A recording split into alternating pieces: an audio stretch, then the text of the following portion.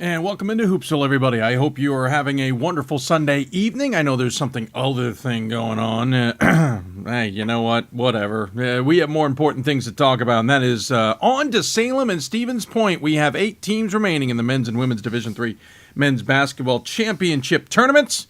And want to congratulate those teams on the women's side. You got to congratulate FDU Florham, who remains undefeated, getting through the weekend at home. Certainly congratulations to them. Big win over Montclair State by 20 in last night's game to move on. They had beaten Baldwin Wallace previously by 24. Of course, Tufts winning at home as well. They got past Ithaca, who had beaten Amherst in overtime, but man, Tufts narrowly lost that one. They had a big lead, lost it, and Ithaca had a reverse layup that rimmed out. But Tufts on to its first Final Four, as is FDU Florham. The defending national champs out. There is a new champion, as it were, in Division III women's basketball to be decided this year, as DePaul lost to Whitewater after DePaul unceremoniously showed Carthage the door. Whitewater exacts some revenge after the loss in the championship game last year, and Whitewater moves on to its second straight championship weekend and will go to a familiar location, that is Stevens Point. And of course, Whitman.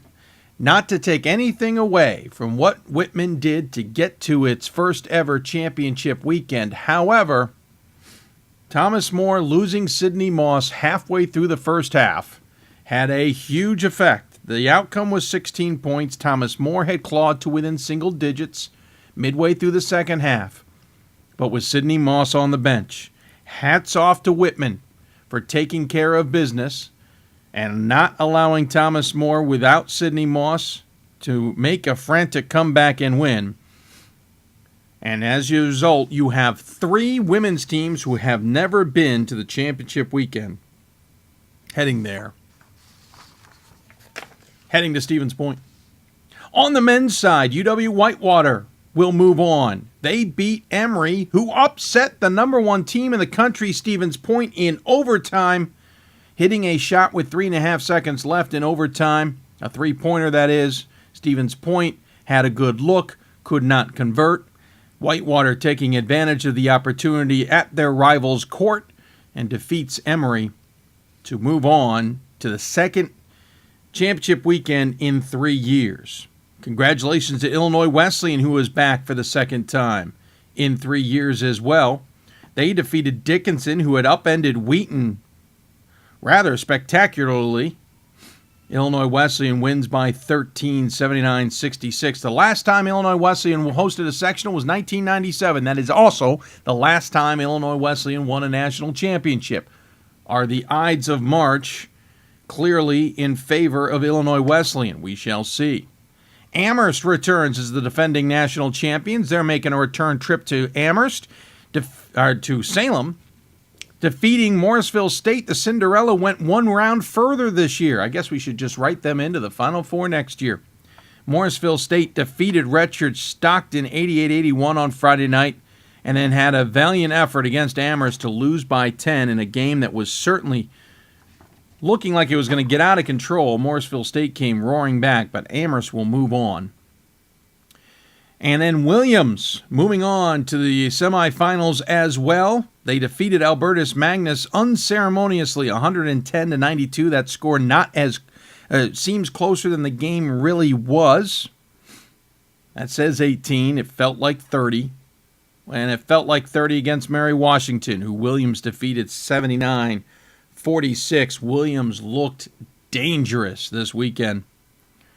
They will take on their rivals in Amherst. Believe it or not, couple little trivia notes for you. Amherst has not played a neutral site game this season. Their first will be against Williams. Williams has not defeated Amherst in 3 years.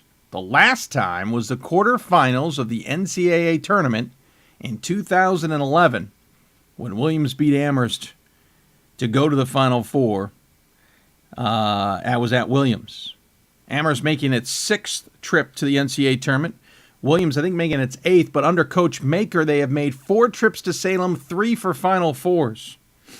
So impressive to say the least. We had a chance on the men's side to see 4 teams who had never made the trip to Salem. Instead, we see 4 teams who have made the trip to Salem, all in recent memory. Apparently, the Titans might want to go out there from Illinois Wesleyan and change their school colors, because Salem is definitely a purple city these days, and they are green. That being said, maybe they can ride the St. Patrick's Day benefits of green to a national championship. On the women's side, again, Whitewater, Whitman, Tufts, and FDU Florham. A terrific weekend of basketball. I got a chance down at Mary Washington to take the games in there. Mary Washington played a terrific game against Virginia Wesleyan. One of the better games I have seen all year. Those 2 teams wouldn't give up. Kind of figured Virginia Wesleyan would come back on Mary Washington, and they did. That was a terrific game. Unfortunately, I think Mary Washington ran out of gas. I think Mary Washington ran into a buzzsaw that they could not figure out in Williams. I was a little disappointed in the fact that Mary Washington took 65 total shots in the game, 45 from beyond the arc. They are a live by the 3, die by the 3 team, but not at that rate. That's a huge rate of baskets, or shots, I should say. Didn't seem like they wanted to even take shots from 10 feet. Make Williams move around. Make Mayer come out from underneath the basket. Coach Maker, in an interview you will hear coming up here shortly, talked about going to a 2-3 zone only because Mayer was out and he felt that was the only way they could stop Mary Washington. He stuck with that 2-3 zone after the first time he used it early in the first half. Never went away from it because Mary Washington didn't know what to do with it. Never attacked that zone. They never went inside on that zone. They never went to about 10 feet on that zone. Mary Washington spent 14 of the 15 minutes at halftime in their locker room, coming out with less than a minute left before the second half was to begin. Never took a warm-up shot. Didn't seem like they changed any offense in those 14 minutes. But hats off to Mary Washington on the deepest run ever in men's program history. Previously, they had made the NCAA tournament once and lost in the first round. So to get to the Elite Eight, hosting it at your own court, certainly nothing to be ashamed of. Their crowd was spectacular. First time for me to see Anderson Center in a game scenario. I've been to Anderson when it was being finished up, and it was a terrific atmosphere. 2,500 people in attendance for the Virginia Wesleyan-Mary Washington game on Friday night. By the way, Williams' game against Albertus Magnus, I was really looking forward to that game. I was a bit disappointed.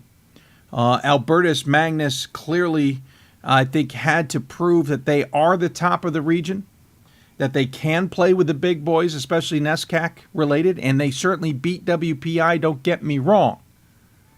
But they did not play very well against Williams.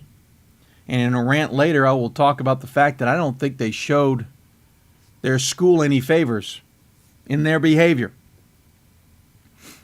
We will talk about that at a later time, but I will tell you this. The behavior by Albertus Magnus, I think, should be embarrassing if you were a member of that school. And I think you should be embarrassed if you're a member of that program.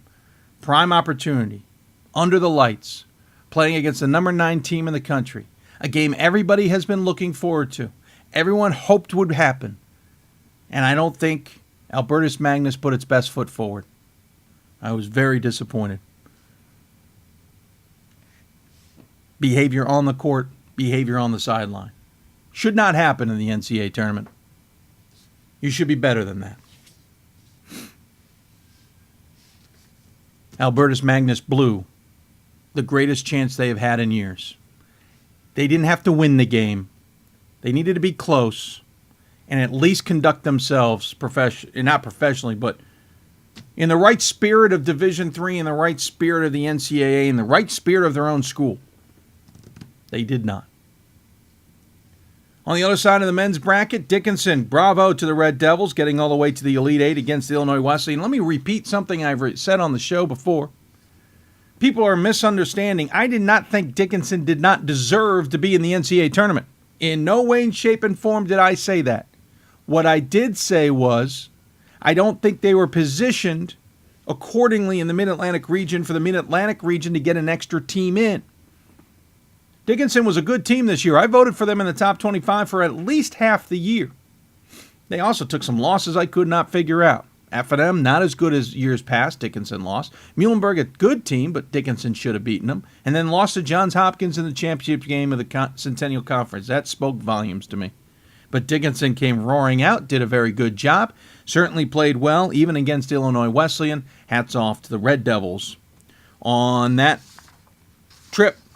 Certainly impressive with Coach Ellen Soretti's squad.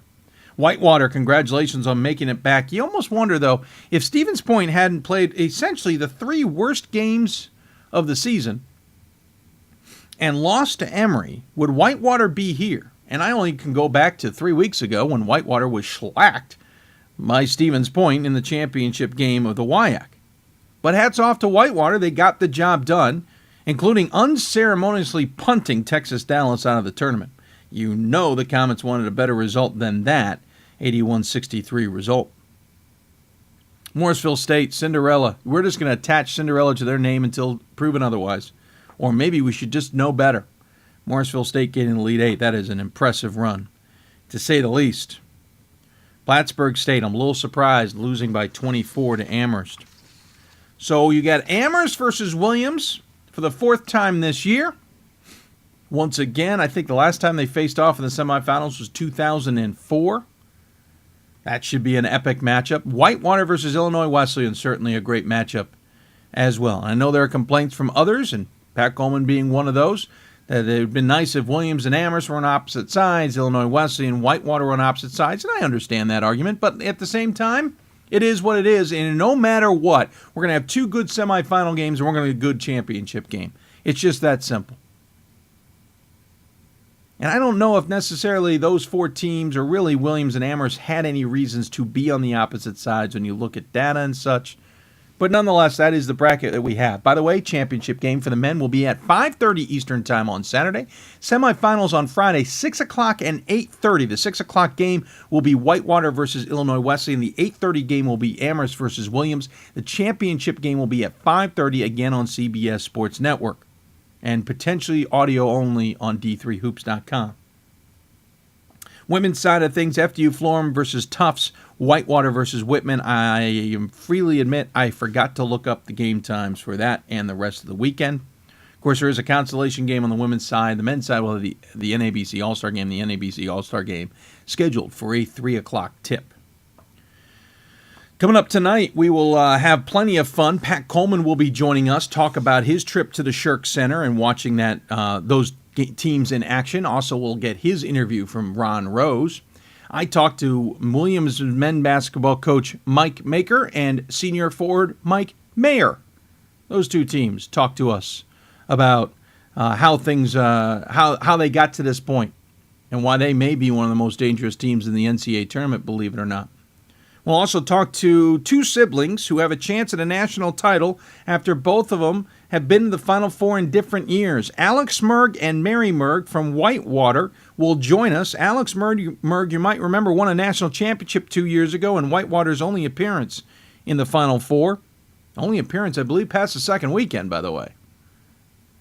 This is their second trip to the Final Four, second trip past the first weekend.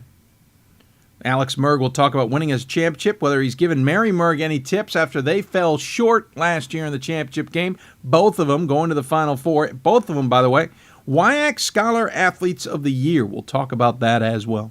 Of course, both of them seniors, thanks to Alex having an injury earlier on in his career. We'll talk to the 2 of them about being seniors and playing basketball. And then Liz Moynihan will join us from Tufts. We'll talk to the senior forward about making the trip for the Jumbos to the Final Four and what it means to the program, means to her, who has certainly come up short numerous times. That's all coming up on Hoopsville. We'll also have a bit of a rant, as I alluded to already, about sportsmanship and conduct. And we'll also have a side rant about I'm getting tired of Division III being an easy doormat for commentators. And Pat Coleman will rejoin us later in the show. We have a special announcement regarding the all-region teams. That's all coming up here on Hoopsville. If you have any questions for us, you can always tweet us at D3Hoopsville or hashtag Hoopsville. You can also join us on Facebook at facebook.com/Hoopsville. Of course, email us Hoopsville at D3Hoops.com. Got a mention from our good friend Bob Quillman. Can you repeat the info about coverage of the games in Salem online and TV? Thanks. Yes, Bob, I'll do so right now. Semifinals will be on Friday. They will be broadcast by NCAA.com on the web stream. That's how you've seen them over the years. They will be at 6 o'clock. That will be Whitewater versus Illinois Wesleyan at 6 o'clock Eastern Time from the Salem Civic Center. Then at 8:30 Eastern Time, you will get Williams versus Amherst. Again, those broadcasts will be online, video web streamed by NCAA.com and their broadcast partner, Webstream. Then the second day, Saturday, NABC All-Star Game will be at 3 o'clock. That will be broadcast by NCAA.com and Webstream. And then the championship game at 5:30. That game to be on CBS Sports Network. Not sure if that will be video streamed. As a result, we at D3Hoops.com are planning at this time to provide an audio stream, unless that video stream is made available. Hope that helps. Going to take a break. When we come back, I talk to Mike Maker and Mike Mayer, and then Pat Coleman will join us as well. You're listening to Hoopsville, presented by D3Hoops.com and the National Association of Basketball Coaches. We'll be back with more Hoopsville right after this.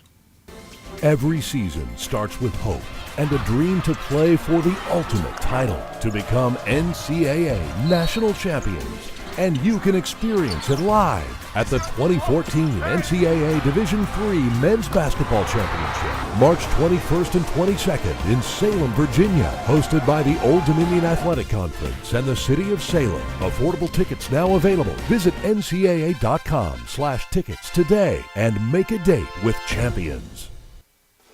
College basketball lives in Kansas City at the College Basketball Experience at Sprint Center. The College Basketball Experience is the place to get your game on. It's not a museum, it's an experience you won't forget. Discover the history of the game in the National Collegiate Basketball Hall of Fame, featuring the Gallery of Honor, Mentor Circle, and Honor Theater. Suit up in the latest CBE logoed Nike gear at the CBE Hoop Shop. Elevate your game today and visit the house that college basketball built. We've got more schools than Division I, more fans than Division II, and more upsets than March Madness. There's 800 programs with over 11,000 games leading to 2 national championships. And we've been covering it all for over a decade. From Eastern to Occidental, from Puget Sound to Piedmont, from Southwestern to the University of New England, and from Hope to Calvin. Nobody covers Division III basketball like we do. We're at D3Hoops.com at www.d3hoops.com. I'm Dave McHugh for D3Hoops.com and Hoopsville. I'm joined by Mike Maker, head coach from Williams. And Coach, I think you've been down this road before. You are returning to Salem, this time for the championship weekend for the third time in 5 years after a commanding performance, not only against Mary Washington, but the whole weekend here in Fredericksburg. Well, thanks, Dave. It was an incredible performance by our kids, and I'm not sure we've played much better than we played today, other than in 2010 against the Guilford team in Salem. And we shared the ball, and I thought our defense, especially in the 2-3 zone, was effective all night long. Let's go back a little bit to the Albertus Magnus game, a game you guys scored 110 points, only had a handful of shots from outside. You guys had made a field day of backdoor cuts and cutting into the lane, and then you made a field day at the free throw line. What was the game plan going into that one?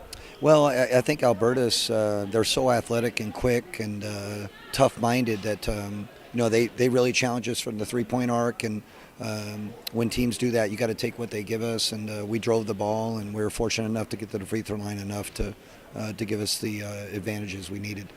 Did you expect to have such a big lead for most of that game and to be able to put up 110 points on the Falcons? No, we have great respect for them, and I think they're one of the premier teams, certainly in our region, and have made a splash nationally, and they're very talented and very good team.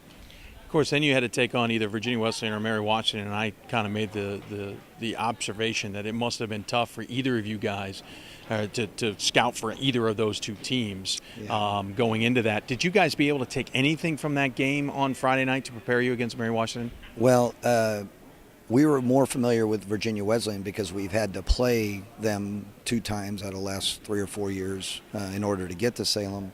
Not that we wanted to play them either, but it was a difficult prep on a back-to-back because their style is unique. They take you off the bounce. They shoot the three very, very well. We didn't plan to play zone for as long as we played it. We went to it because we had Daniel Wool with 3 fouls, and it just looked to slow them down a little bit, and we just stayed with it the rest of the game. So, I thought the game got away from them a little bit, but they've had a great year. I mean, unbelievable crowd and venue, and, I thought we were fortunate to get a lead, and we played freely and comfortable and, got the shots we wanted, and I thought our length in the zone was the difference in the game. You guys certainly liked this gym. You shot extremely well. 71% at one point in the first half against Albertus Magnus, something like over 50% for the game for both games. Was it just that you guys are that comfortable? If you just heated up to that point, what do we make of the shooting? Well, we hang our hat on the offensive end, Dave. We're a really good passing and shooting team, and I think we're more athletic than meets the eye vertically. We're not exceptionally quick. But we have balanced scoring. We have a lot of weapons. Our challenges have been on the defensive end this year, and certainly on the glass and then guarding people off the bounce. And I thought today we did as good a job as we've done all year. We'll talk about the defense in a second, but you talk about what you guys did on offense. I found it interesting. You guys were willing to go up tempo with Albertus Magnus, push yourselves down the court, get them back on your heels. Saw that a little bit against Mary Washington as well. Has that been something you've been comfortable doing, or is that something you guys had to do maybe because you saw the matchups? No, that's our style. We love an up-tempo game, and I think the higher the score, the better for us. That's who we are. We attack, and we take the first good shot. I mean, playfully, I kid them that I want to shoot it before we turn it over. But when we play free and we attack, we're at our best. And we've had difficulty playing teams that play close to the vest, and the scores are in the 50s or 60s. We'd rather have it the higher the better, and that's who we are, and we're comfortable doing it. On the defensive end, a little man-to-man against Albertus Magnus. You did show that 2-3 zone. You talk about not being in it a long time. It was effective against Mary Washington. They didn't seem to know how to attack it. They almost seemed afraid to attack it and get inside against Mayer. Did that almost play into your hands? Well, I don't know. I think, again, Wool had 3 fouls, and he's key to what we do. And so we went to it because of that. I wasn't planning on playing any zone because of the threat of the three-point ball.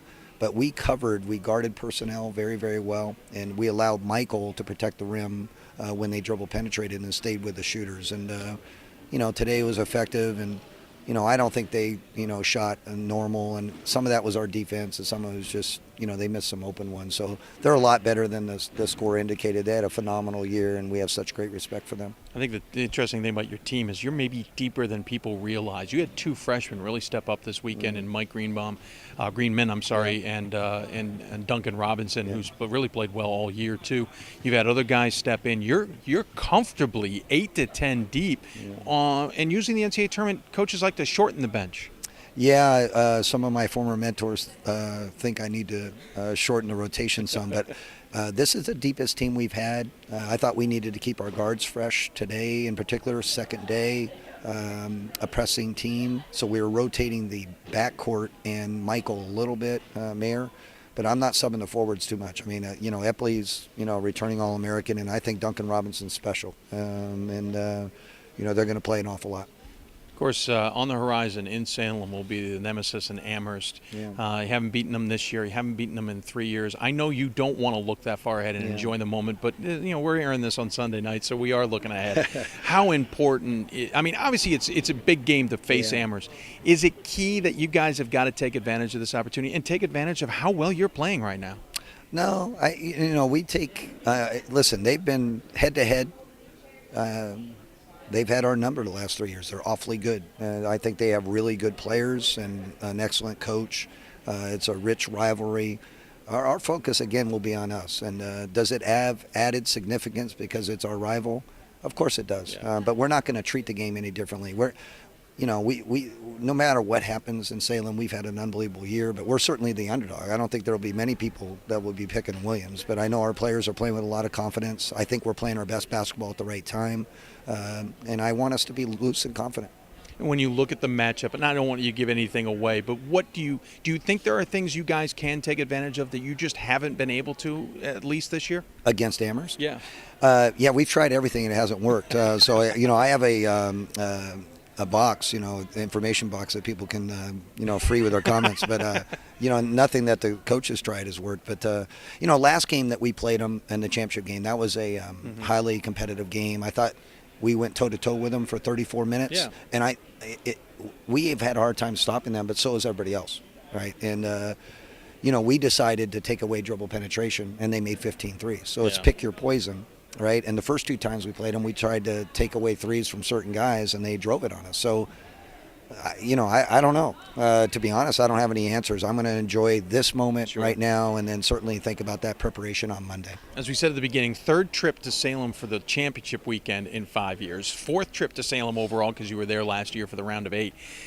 How does Salem hold a significance for? I know it does for you, but do you think it holds a significance for this team and for the Williams community as a whole? It certainly does. I mean, obviously we have a rich basketball tradition, a passionate fan base.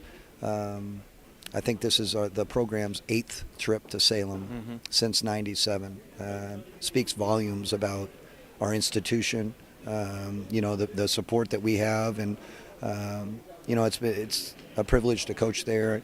And we have a lot of talented players, and we love getting there. I mean, it's a goal every year. That's one of our major goals, is getting there. And whether or not we win the national championship or not, I just want to play our best basketball. And if our best basketball is good enough to beat Amherst, great. If it's not, I'm really proud of our team. Of course, the travel this time of year can be grueling. You guys have to make the trip down here 460 miles by bus. You'll bus back. I'm assuming that'll be on Sunday. But what is the travel plans from here on out, and how do you make sure the guys get rest? Well, we need our rest. We're still in session. We go to spring break when we get to Salem. We have a long bus ride. We're going to break it up tonight. We're going to go a couple hours north and then get home on Sunday because they have to study. But we'll leave Wednesday after class and get on the plane and get down and get rested. I think this time of the year you're trying to manage your personnel and not bang them at all. We won't do very much, if any, live the rest of the week, and try to get ready for what should be an entertaining weekend. He says a couple hours north. It might only be as far as Washington, D.C. You just never know about the traffic. How big do you think the fan support will be? I mean, sometimes it's hit or miss with the travel, especially when you have to get down to a city like Salem from western Massachusetts. Is this one of those where you have to urge the fans to do it, or you think the fans will come out in force? Not at Williams. We have a great following, and basketball is important at our school, and we have wonderful support and a great fan base, and they'll come out.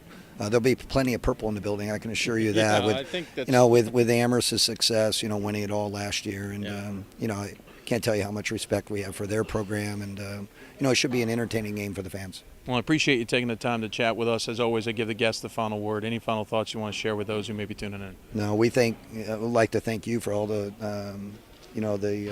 support you give to the student athletes, and the exposure you give to them and the experience. And it's been a great venue here in Fredericksburg and at Mary Washington. We're looking forward to the challenge of Salem. Very good, Mike Maker. Williams moving on once again to Salem. We'll have plenty of coverage from there coming up on D3Hoops.com and Hoopsville. We've got more schools than Division I, more fans than Division II, and more upsets than March Madness. There's 800 programs with over 11,000 games leading to 2 national championships. And we've been covering it all for over a decade. From Eastern to Occidental, from Puget Sound to Piedmont, from Southwestern to the University of New England, and from Hope to Calvin. Nobody covers Division III basketball like we do.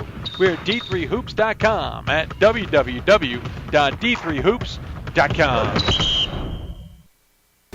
Every season starts with hope and a dream to play for the ultimate title, to become NCAA national champions. And you can experience it live at the 2014 NCAA Division III Men's Basketball Championship, March 21st and 22nd in Salem, Virginia, hosted by the Old Dominion Athletic Conference and the City of Salem. Affordable tickets now available. Visit ncaa.com/tickets today and make a date with champions.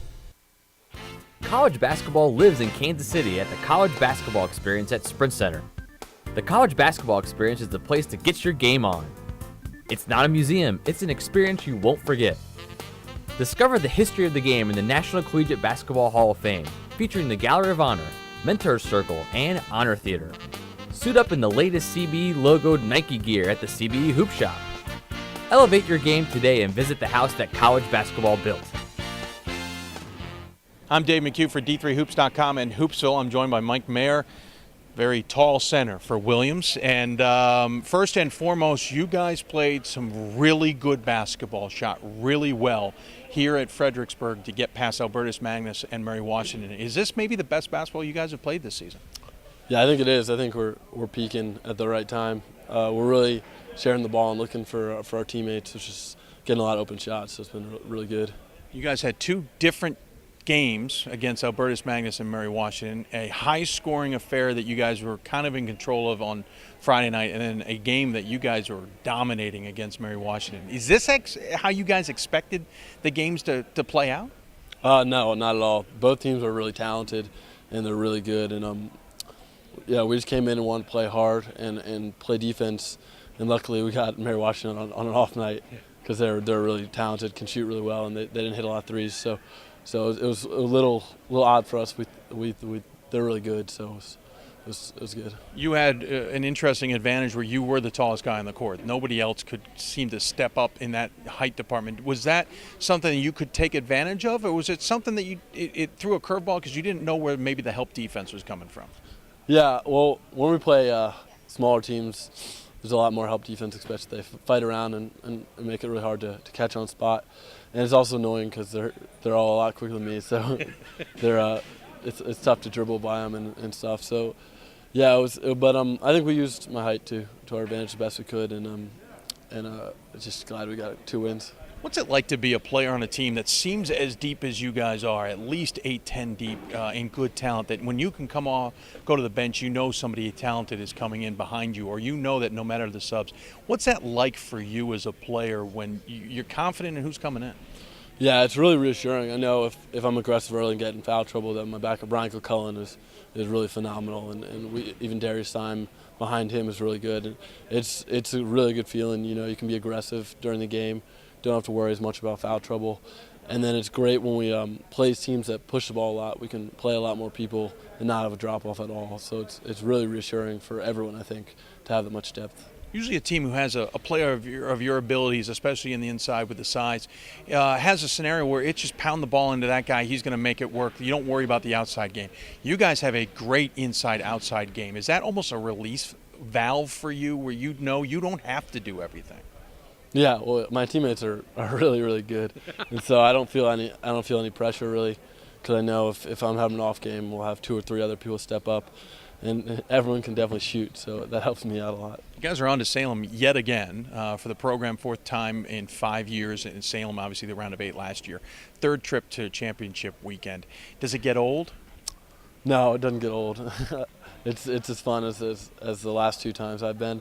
And I think it's especially special because it's my senior year and it's with my class, and we played 4 years together.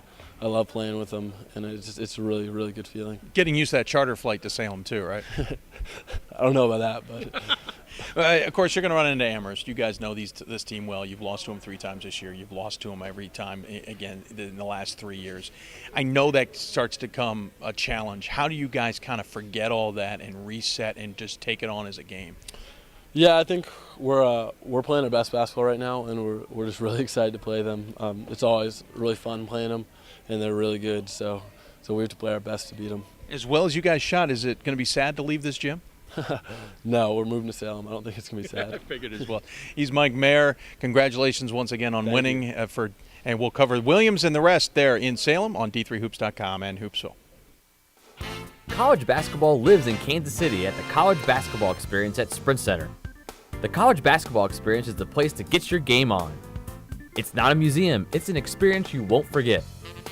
Discover the history of the game in the National Collegiate Basketball Hall of Fame, featuring the Gallery of Honor, Mentor Circle, and Honor Theater. Suit up in the latest CBE logoed Nike gear at the CBE Hoop Shop. Elevate your game today and visit the house that college basketball built. We've got more schools than Division I, more fans than Division II, and more upsets than March Madness. There's 800 programs with over 11,000 games leading to 2 national championships. And we've been covering it all for over a decade. From Eastern to Occidental, from Puget Sound to Piedmont, from Southwestern to the University of New England, and from Hope to Calvin. Nobody covers Division III basketball like we do. We're at D3Hoops.com at www.d3hoops.com. Every season starts with hope and a dream to play for the ultimate title, to become NCAA national champions. And you can experience it live at the 2014 NCAA Division III Men's Basketball Championship, March 21st and 22nd in Salem, Virginia, hosted by the Old Dominion Athletic Conference and the City of Salem. Affordable tickets now available. Visit ncaa.com/tickets today and make a date with champions. And welcome into Hoopsville, everybody. Hope you're having a wonderful Sunday evening as we recap the sectional weekend and get ready for the championship weekend. Thanks to Williams College's Mike Maker and Mike Mayer for joining me at Mary Washington to talk about their team's run into Salem once again. It was great chatting with them. If you have any questions for us, email us, hoopsville@d3hoops.com. You can also tweet us at D3Hoopsville or hashtag Hoopsville. Of course, Facebook us at facebook.com/Hoopsville as well. By the way, I want to make a correction to something I said earlier. Shane pointed out I said Whitewater was making only its second trip to the Final Four and only the second time they'd gotten past the opening weekend. He pointed out, of course, they're making their fifth trip. I meant to say under Pat Miller, their head coach since 2001. I am terribly sorry for the confusion. They have certainly won 3 national championships, winning a couple back in the 80s. I don't want to take anything away from that. I'm trying to say second trip under Pat Miller is what I was trying to clarify. So lots of things to cover. We've talked about Williams moving on. Of course, I was at Mary Washington, and our good friend Pat Coleman was at the Shirk Center in Illinois Wesleyan, and he joins us on the Hoopsville Hotline, sponsored by the City of Salem, host of this weekend's championship weekend events, and you can get tickets online, and Pat joins us. And, sir, rumor has it, according to what you're tweeting, you might have some more information for us. Yeah, I mean, I brought a clip. I hope that's okay. Yeah, I think that's fine. Yeah, okay, good. I mean, I did not have the Jimmy Fallon comedy writers team available to write me up something, so it's pretty straight. But we can hopefully we have time to air that before this segment of the show is over. But a great weekend at Illinois Wesleyan. It was it's been a long time since I've been there, since 2000. But great to see such a great place for Division III basketball. It's it was a new gym in the mid '90s, and it still looks pretty good. It hasn't really shown its age. What I like about it is that fans are so right up on top of the court that you have probably about no room to walk around the baselines or around the sidelines, and it can get loud. And people came out, even though the students were on spring break, and it was a pretty good show. And the favorite came out advancing. Certainly the favorite, but not without some close moments. I mean, Dickinson certainly showed they were playing some very good basketball. I mean, the win over Wheaton, I know many people were impressed with. And really, they stayed nip and tuck. I think I quoted somebody on the boards, I don't remember who it was, pointed out that Dickinson can take a punch down 22-7 to start the game and came right back, unafraid whatsoever, of the Titans and made that a bit of a game. Yeah, they did. Went up 7-6 and then a 16-0 run.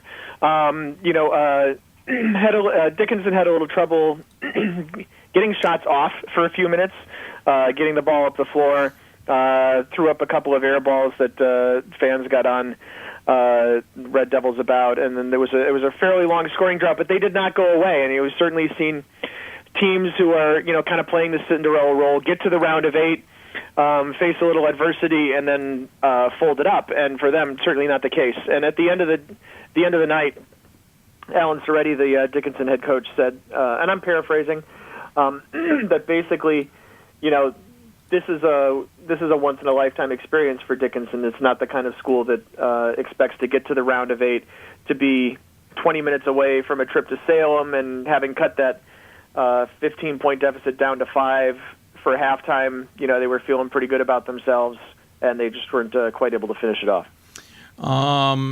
Certainly, Illinois Wesleyan probably their first game against Calvin, I guess, is where I'm going. The first time those two teams have ever faced each other, which is we've talked about quite a bit. I was kind of a little surprised it wasn't a closer game. I mean, it looked like it had the recipes of it at points of the game. It certainly looked like it would get there. And then Illinois Wesleyan just put its foot down.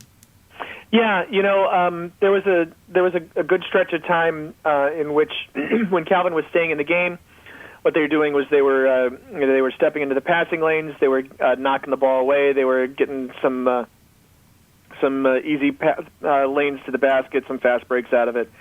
But Illinois Wesleyan at the end took a little bit better care of the basketball. They turned the ball over, I think, 10 times in the first half, and then scrolling through my box score, I have 10 times for the game, so I may have my two games confused. But at the very least, Illinois Wesleyan took much better care of the basketball in the second half against Calvin, and Calvin never quite got its long-range shooting on par. And it's real tough to penetrate against Illinois Wesleyan because they're so big. So, you got to be able to shoot a little bit better from the outside, and Calvin 5 of 23, that kind of sealed it there. A lot of some people have pointed out that Illinois Wesleyan might be one of the deepest teams at the Final Four, if not the deepest. I think Williams will certainly make a good argument to that as well. But from your vantage point, just how deep is this Titans squad? Well, they go. I would say they play 8 real extensively, and 9 or 10. Depending on the situation. I think they had 10 players go for 9 minutes or more, I believe, against Calvin and against Dickinson. Pretty similar. So I would certainly agree with that. The other thing about Illinois Wesleyan is they have multiple guys who can beat you from deep. If Dylan Overstreet is not is effective out to 24, 25 feet, and Jordan Nelson had a couple of big shots over the course of the weekend. And those aren't the only two either who can hit from outside. So there's a lot of different weapons and a lot of different looks that Illinois Wesleyan can throw at you, and that's why they're where they're at right now. You've seen Whitewater, you've seen Illinois Wesleyan. How do you see this matchup playing forward? And we'll certainly talk more about that on Thursday. But just initially, how do you see the matchup playing forward? Well, I've only seen Whitewater on tape. video. Yeah, that's true. Yeah. I spent all my time seeing Stevens Point this year. What was I thinking? No, not true. Well, they also showed up where you were going. They came to Las Vegas. That made it a lot easier. Yeah, exactly. Yeah. So, the good thing, I guess, the interesting thing is that these teams have played each other each of the last 2 years. Some of those players have turned over, obviously.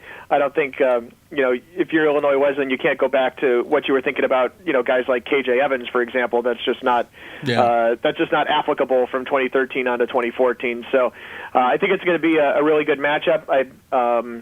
And to be honest with you, I think Illinois Wesleyan's a little bit deeper.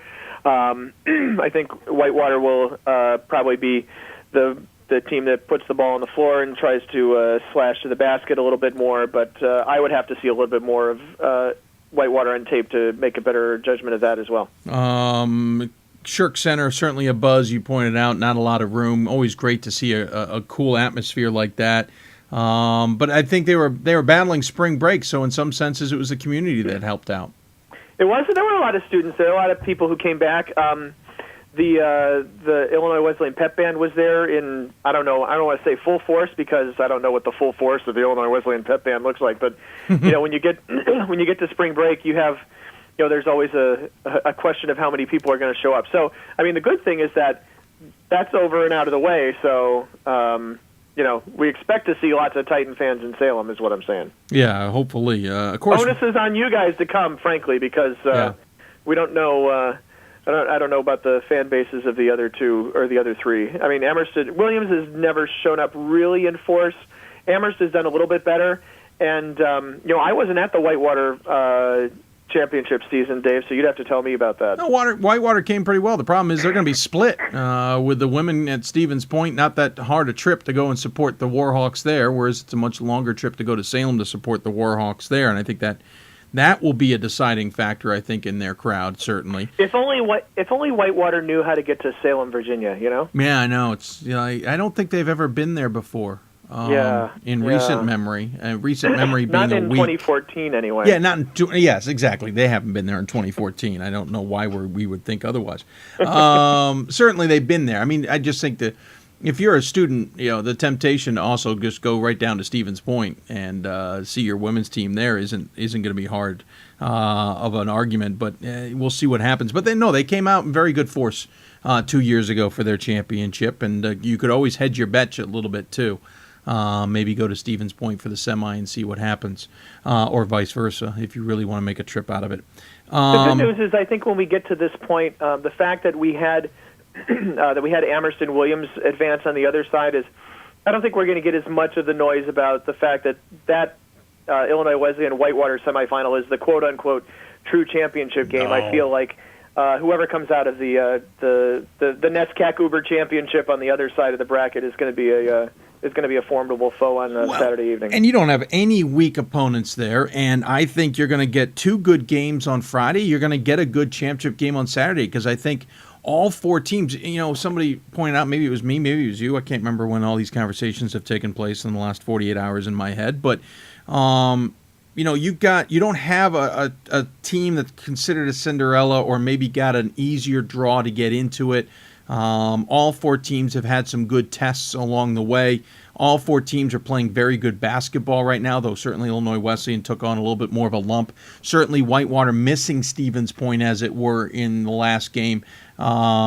May be their only detraction, and I don't mean that in a negative way. I think you've got a fascinating Final Four set up, and as you've tweeted out once before, preseason 1, preseason 2, preseason 3, and preseason 13.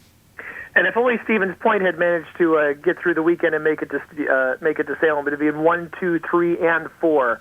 That's a little ridiculous. But for Whitewater, I know. That's for Whitewater missing Stevens Point. I mean, Stevens Point really looked like it was on its last legs over the course of the last week and a half. Those 3 games they played in the tournament, they were on the ropes for 120 minutes. As I think that's Bob Quillman who put it to me that way, and I would certainly agree. Yeah. They were never safe, and they looked beat down. They looked tired. That's a team that really could have benefited from the bye more than we really realized.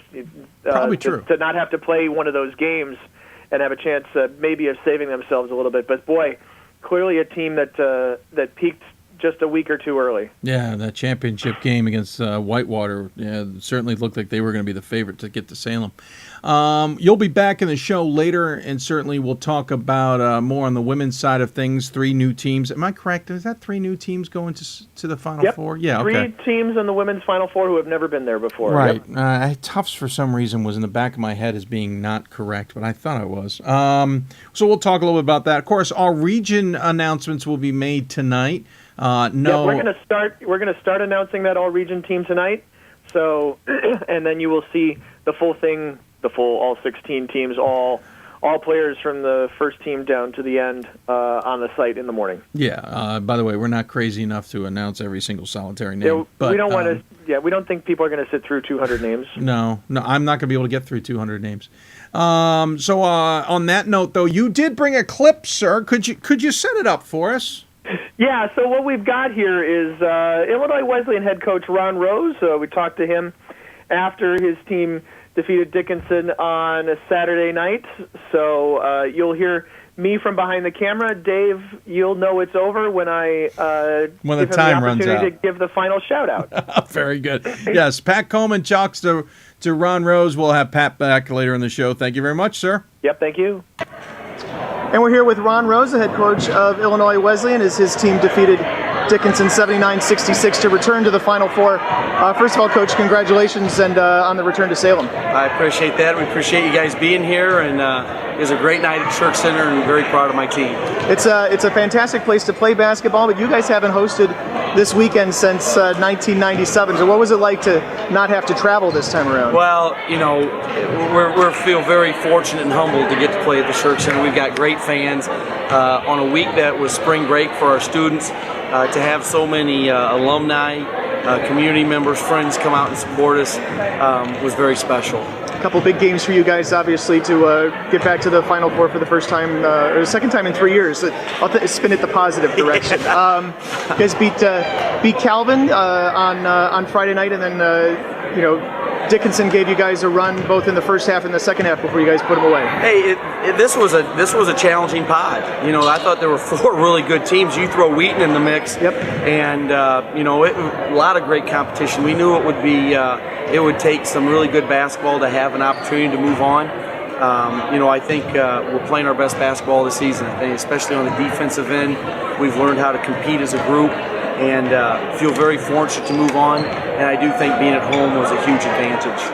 Dickinson, both the 1-3-1 that they threw at you defensively, and then the kind of the stuff they did on offense. Is that the sort of stuff you don't see in the regular basis? They play a unique style, and that's a concern when you go into a game that you have 24 hours to prepare for. We're watching film at 2:00 in the morning, trying to figure out what would be the best approach at this stage, and you really got to stay true to yourself. Dickinson's really a good ball club. They've got so many guys who can dribble, drive, and take it to the basket. And we knew that was going to be a major challenge. And then the 1-3-1, gave us the end of the first half. We were a little stagnant attacking it. I was really pleased with our guys, though, with the things we talked about at halftime. I thought we came out and executed much better. Looking back to the beginning of this season, you guys were pretty highly touted, but you're not the only ones. The top 3 teams in our preseason poll are actually going to Salem, and it's Stevens Point that didn't finish it out. So, well, it's like you guys know what you're doing over there. Almost. But I just want to ask you, what's it like to play the entire season in one of the toughest conferences where nobody ever runs the table, have the bullseye on your back all season and come through? It isn't an easy thing. Yeah. When there are expectations to start the season and different teams handle it differently. I was really happy with our guys, though, how they embraced that. They wanted high expectations. They were excited about the season. And I think a big part is how you approach that. It wasn't a weight on our backs. It wasn't something that we carried. There was an excitement. And I think that was the right way to do it. And then our guys, the other element is they work. And when you work hard at it, you kind of expect results. And this group is as hard a working group as I've been around. I'd have to think that just playing in the CCIW for 14 games and then the conference tournament is more of a burden on you guys than any preseason ranking could be. Well, it's a grind. There are so many strong programs, great coaches, and it's 7 weeks, Wednesday, Saturday, and tough places to play on the road. It really does toughen you up, kind of gives you a callus. You're put in so many difficult situations that you learn how to come together as a group. And you get into the NCAA tournament, and it really does prepare you for the physical play and the intensity that the tournament has in it. Let me ask you about, I'm going to go all the way, well, not all the way back because it wasn't that long ago, but I'm going to go back to that Webster game where you guys, barely survived to even get out of the first night.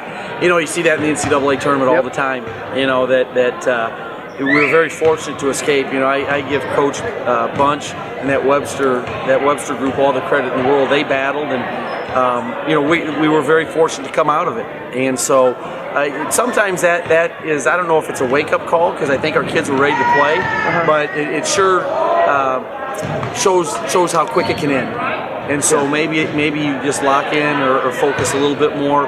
But I couldn't be happier for this group. Again, it's going to be really an enjoyable week to get down to go to Salem, and they do such a great job of hosting, and we're looking forward to it next weekend. Yeah. So and since you guys have been there recently now, what are the experiences that you guys had last time around that are going to help you here this time? Well, I think it's you know a little bit what to expect, and whether it's as simple as the hotel, the convention center, whether it's the tip-off, how they do things. There's just a familiarity with it, and for these guys that we've got our junior and senior class to get to go back. I think those seniors especially, they were an integral part in playing minutes when they were sophomores. To get to go back as seniors, they're really going to embrace this opportunity. And tell us about some of those guys. Dave would say, this is Hoopsville, so Dave would say, tell us about your team, and he'd rattle off a bunch of names. So tell us about your team. Well, I'll start with Andrew Zimnick. Andrew has been a young man that just has a great will about him. He's got a high motor. He's one of the toughest kids I've been around, and he's just a winner. He just finds ways to battle and compete. You got Victor Davis, who's been a 4-year contributor, and he's going to bring energy in everything he does. You've got Brady Zimmer, who's battled through injuries and has accepted whatever role he's been asked to play. Michael Mayberger had an incredible senior year for us, and is just all about the team. Eric Dorsch provides energy, is a great defensive stopper. And Nick Anderson, he started part of the season for us, is a 6'10" young man that provides a lot of bench support and rim protection. And the fact that all these guys have accepted their role, what they're asking them to do, is really the key to success. And our whole team is that way. I think you probably look at any of the 4 teams that make it down to Salem, and you've got a group that accepts their roles and are excited for team success, not individual success. For people who haven't seen Zimnick play, you look at him and I think tight end, right? Don't necessarily think absolutely basketball player. And he's not the kid that if he just shows up in a gym, guys are going to pick. He doesn't run super fast. He doesn't jump super high. He's not going to win dribbling contests. But you know what? When the ball goes up, he just competes. He's smart. He's not a dribble. Not a great ball handler. No one takes it from him. He makes big shots. He just does all the little things, whether it's setting screens, boxing out, taking charges. He just is a young man you like to be in the trenches with. And so you guys opened with Whitewater in the semifinals. I know you mentioned you've played them each of the last 2 years. I know you'll spend a good portion of the next couple of days with whatever video you can find on those guys. But we haven't dug into them. We don't know that much about them this year. I know Pat does an incredible job there and runs a great program. National champs 2 years ago. We were actually at the Final Four at the same time. Yep. We're familiar with the program. I'm familiar with the great job that he does. We know they've had a great season.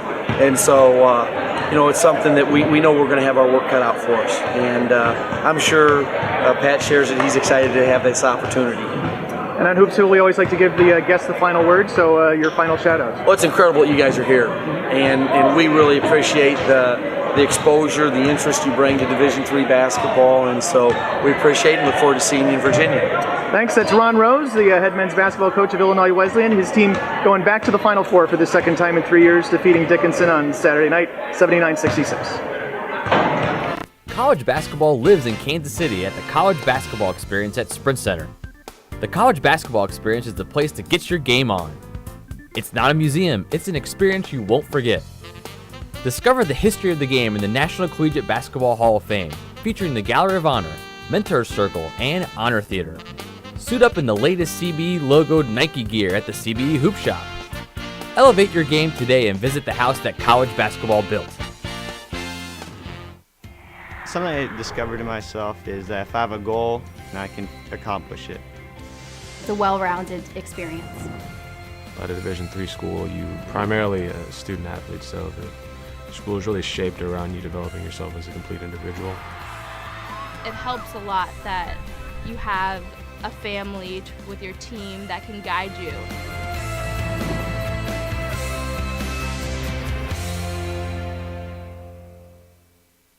We've got more schools than Division I, more fans than Division II, and more upsets than March Madness. There's 800 programs with over 11,000 games leading to 2 national championships. And we've been covering it all for over a decade. From Eastern to Occidental, from Puget Sound to Piedmont, from Southwestern to the University of New England, and from Hope to Calvin. Nobody covers Division III basketball like we do. We're at D3Hoops.com at www.d3hoops.com. Every season starts with a hope and a dream to play for the ultimate title, to become NCAA national champions. And you can experience it live at the 2014 NCAA Division III Women's Basketball Championship, March 21st through 22nd in Stevens Point, Wisconsin, hosted by the University of Wisconsin-Stevens Point. Affordable tickets now available. Visit ncaa.com/tickets today and make a date with champions.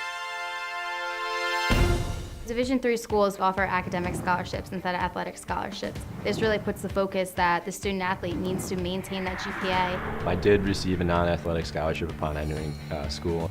I got the presidential scholarship, which was huge for me. I think there's more opportunities for academic scholarships in Division III. A lot of people pick schools just based on the sport and don't get that experience. Being a Division III athlete and developing my leadership skills has definitely put my name out there and helped me get more recognition on campus, but more recognition nationwide. I did win the Jostens Trophy, which is based on leadership, academics, and then how well you do on the court. I'm also the Schwartz Scholar of my class.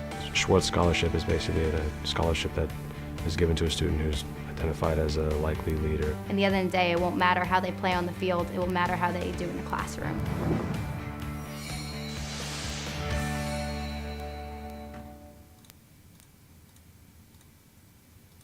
And welcome back to Hoopsville, everybody. I hope you're having a wonderful evening as we are once again wrapping up the sectional weekend, looking ahead at the championship weekends here on the show. Championship weekends, of course, Stevens Point, Wisconsin for the women, Salem, Virginia for the men. If you have any questions for us, tweet us at D3Hoopsville or hashtag Hoopsville. You can also email us, hoopsville at d3hoops.com, or Facebook us at facebook.com/Hoopsville. Two teams making the trip to either of their respective championship weekends have been there before. On the women's side, it was last year in the championship game.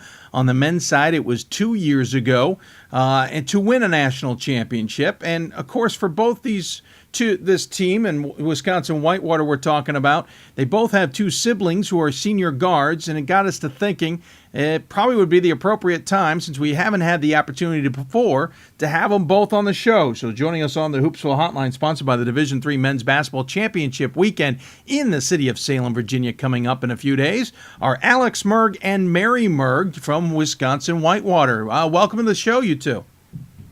It's good to be here. Thank you. Alex, are you there? Hello. Good. Just wanted to make sure. You never know sometimes. This technology is a quirky little beast. First and foremost, Mary, congratulations on making it back and exacting a little bit of revenge in the process with a win over DePaul. Oh, thank you. I mean, it was a crazy game. DePaul had a crazy atmosphere. They always pack the gym with their fans, and it was a great team win. We came to play, and revenge, it feels great. Anything about that game that you guys went in, you wanted to execute that worked out for you? I mean, we go into the game all about defense mindset. They're a very good offensive team, and they played a very good game against Carthage the night before. And we went in with a defensive mindset. If we can just slow them down, that was crucial for us. And so, I mean, we just believed in each other and play some defense, and our offense will come from that. You guys, I saw you back in Vegas a few months ago. I talked to Coach Carollo the other night, talked about how you guys were not happy coming out of Vegas. This has got to be at least a better feeling than you had when you left for the start of 2014. A very better feeling. Yeah, we kind of have a phrase, what happens in Vegas stays in Vegas with our team. Just because, I mean, we just did not play to our own expectations, and quite frankly, it was almost embarrassing, especially for the senior class. And I think after that Vegas tournament, we kind of buckled down. We knew that for at least these seniors, that what we need to do to kind of finish out the conference and then go into the tournament. So we like the what happens in Vegas stays in Vegas. So that's a good one to keep in there. I think they've used that for promotions for some reason, so it works perfectly. Maybe they'll call you guys about that. Alex, for in your token, you will be taking back to the Salem court for the second time in 3 years. Of course, last time you guys were in Salem, Virginia, you won a national title as well. I know it's a fight to get back there. Last year wasn't the results you guys were looking for. How much is it just almost not a relief, but almost kind of a mission accomplished just to get back to Salem? Well, getting to the Final Four is a big deal, no matter what happens, after that point. But we knew with the section that we had that it was going to be tough, and although the scores might not indicate it, it was a tough row. We played some really good teams from all over the country, which was a good experience, and it's obviously I would call it a relief to get out of our sectional and get back to the Final Four. Certainly didn't have to play Stevens Point after the I used the word shellacking in the championship game of the conference tournament a couple weeks back. I know you probably would love to have gotten a little bit of revenge yourselves, but at the same time, is it nice not to have to relive playing them after what happened in the conference tournament? To be honest, I know I wanted to play him again, and I know a lot of our guys wanted to play him again because of what happened in our conference title game. It really wasn't us out there. We weren't playing our brand of basketball, and we were embarrassed by it, and we kind of regrouped as a team and kind of reevaluated a lot of things, and I felt like we grew from that experience. I wanted, and we wanted to show that and take them down, but hey, they didn't get the job done. So obviously we're gonna treat everyone with respect and every opponent that we come across. But I don't know, just getting there, no matter of whether it was point or not. I think it doesn't really matter. Alex, last year, Mary certainly made headlines and several weeks' worth of attention on ESPN with her 2 miraculous shots to force overtime and then get into the national championship game. You were there to support her. Obviously, you probably gave her some tips on making the championship work for them. Of course, now you two are both going to go on to a championship. How have you guys been able to at least enjoy the moment together? It's been difficult because we're literally playing at essentially the exact same times in gyms, across the area, which it makes it difficult. I think I've seen her play a game live once since November, which is crazy. It's unfortunate, because I'm pretty much following by what my parents are telling me and what the box scores indicate. But we see each other around, and we have a grasp of what's going on in each other's seasons.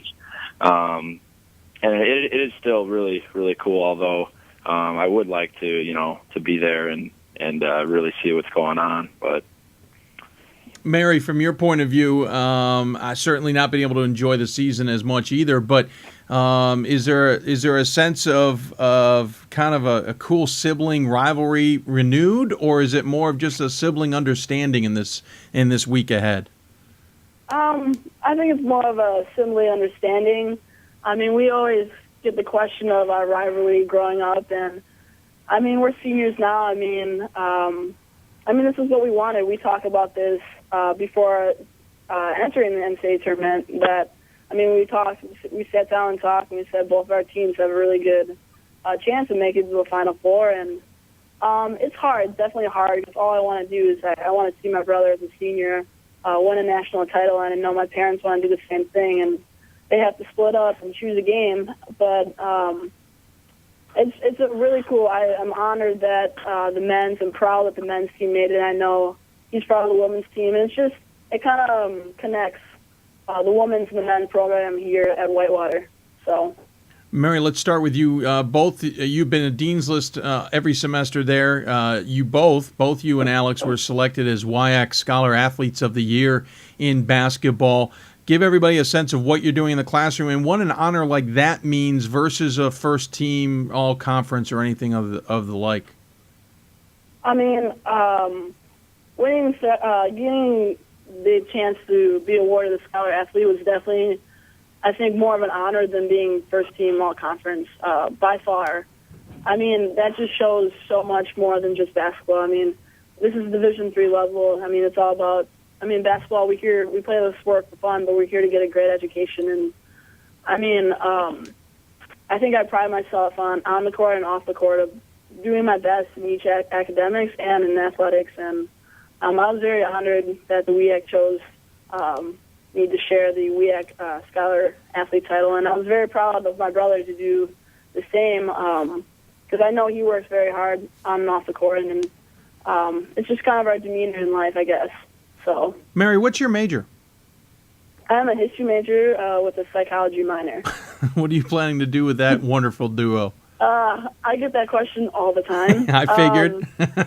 My original plan in college was to become a history teacher, so I started off with a history education major, and I realized teaching wasn't necessarily my path, and so I'm actually off to grad school after I'm done with my undergrad and for school counseling. And so I'm going to go in the field of counseling, use that with my psychology minor. So I got a couple more years of school left in me. Well, for your sake, good luck, and certainly in a great direction ahead. And Alex, on the flip side of that, what is your major? I'm an accounting and finance double major with a minor in information technology. That's unbelievable. So unlike Mary, I have an extra year. I'm a fifth-year senior, so I've had an additional year to kind of take some more credits and take advantage of that. So, what do you plan to do with that? I will begin my career as an auditor at a public accounting firm. Set in September, so that's where I'll start my career. So who knows where I will go from there, but I know I have accepted an offer to start that. So it's nice having that, in my back pocket, and I can kind of really, it takes a lot of stress away. So. Alex, the same question I asked your sister. What's it like to get that, Scholar Athlete of the Year award? And does it mean more or equal to being a first-teamer as well? I think they're both pretty similar in the weight that they carry.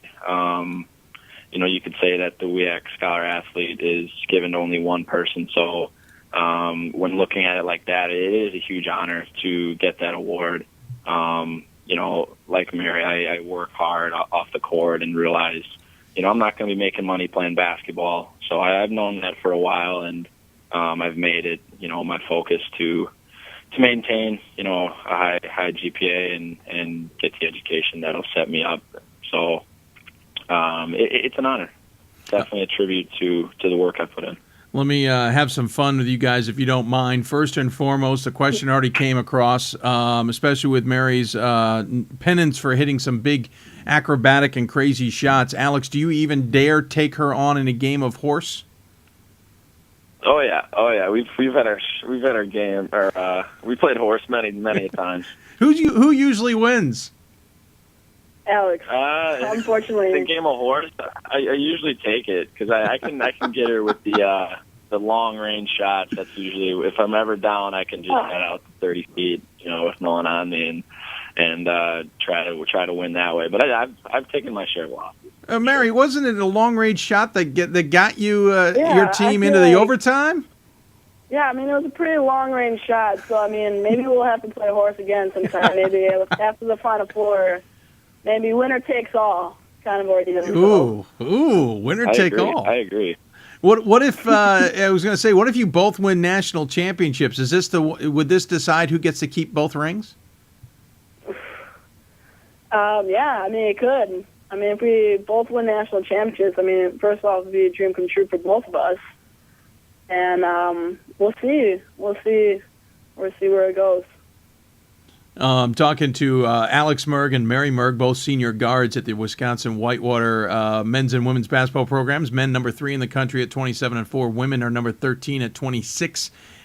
Interestingly enough, the Whitewater men were number 13 in the preseason poll. When you guys look at what's coming up ahead, Alex, is there any advice you can give Mary about playing in the Quant Center when that's not a gym that Whitewater plays at on the women's side when they play Stevens Point? I actually can.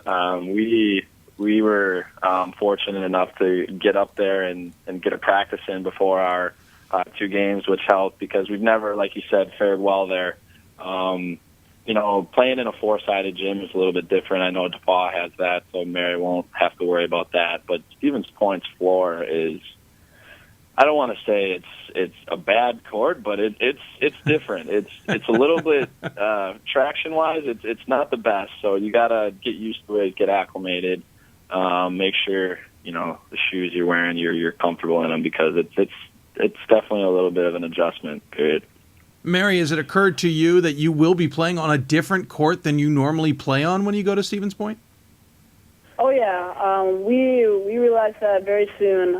We're not playing at the Berg, which we usually call. We're playing at the Quant, and so even though it's a different court, we still feel like we know the atmosphere of the complex, and so I think we think that'll be an advantage to us. So. Of course, your parents have probably want to kill both of you in some ways as much as they're proud, because both of them can't be in the same location at the same time.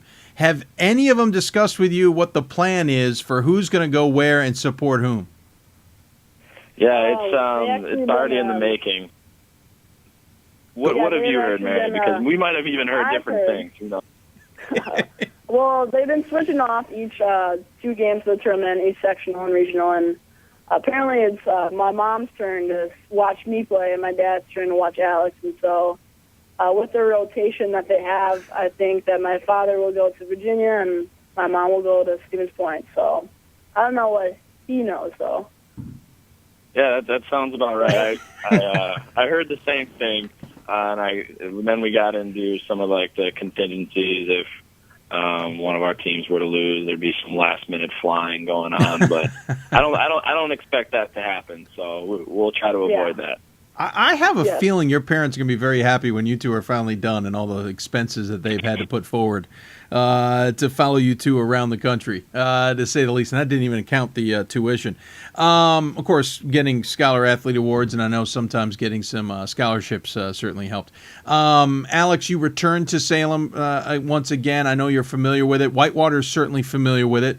Mary, you guys returned to the championship weekend in a year that men didn't have it last year, obviously, and so there was no distraction. However, the fans have got to choose here whether they head down the road to Stevens Point to support the women, or they head to a very familiar Salem, Virginia, if you're a football fan and men's basketball fan, to support the men's team. I randomly flipped a coin, and in reality I didn't. I just went with alphabetical order. Alex, you need to make a pitch for why the fans should come follow your program. What would the pitch be? Well, I've already checked out the forecast, and we're looking at 60 degrees plus in Roanoke. So there's the biggest incentive, I think.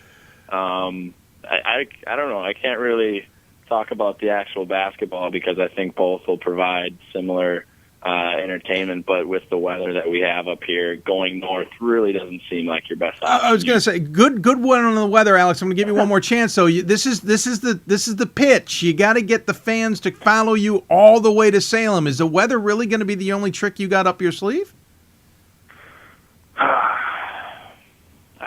Jeez. Oh, Alex, I have a feeling Mary's got this one in the bag.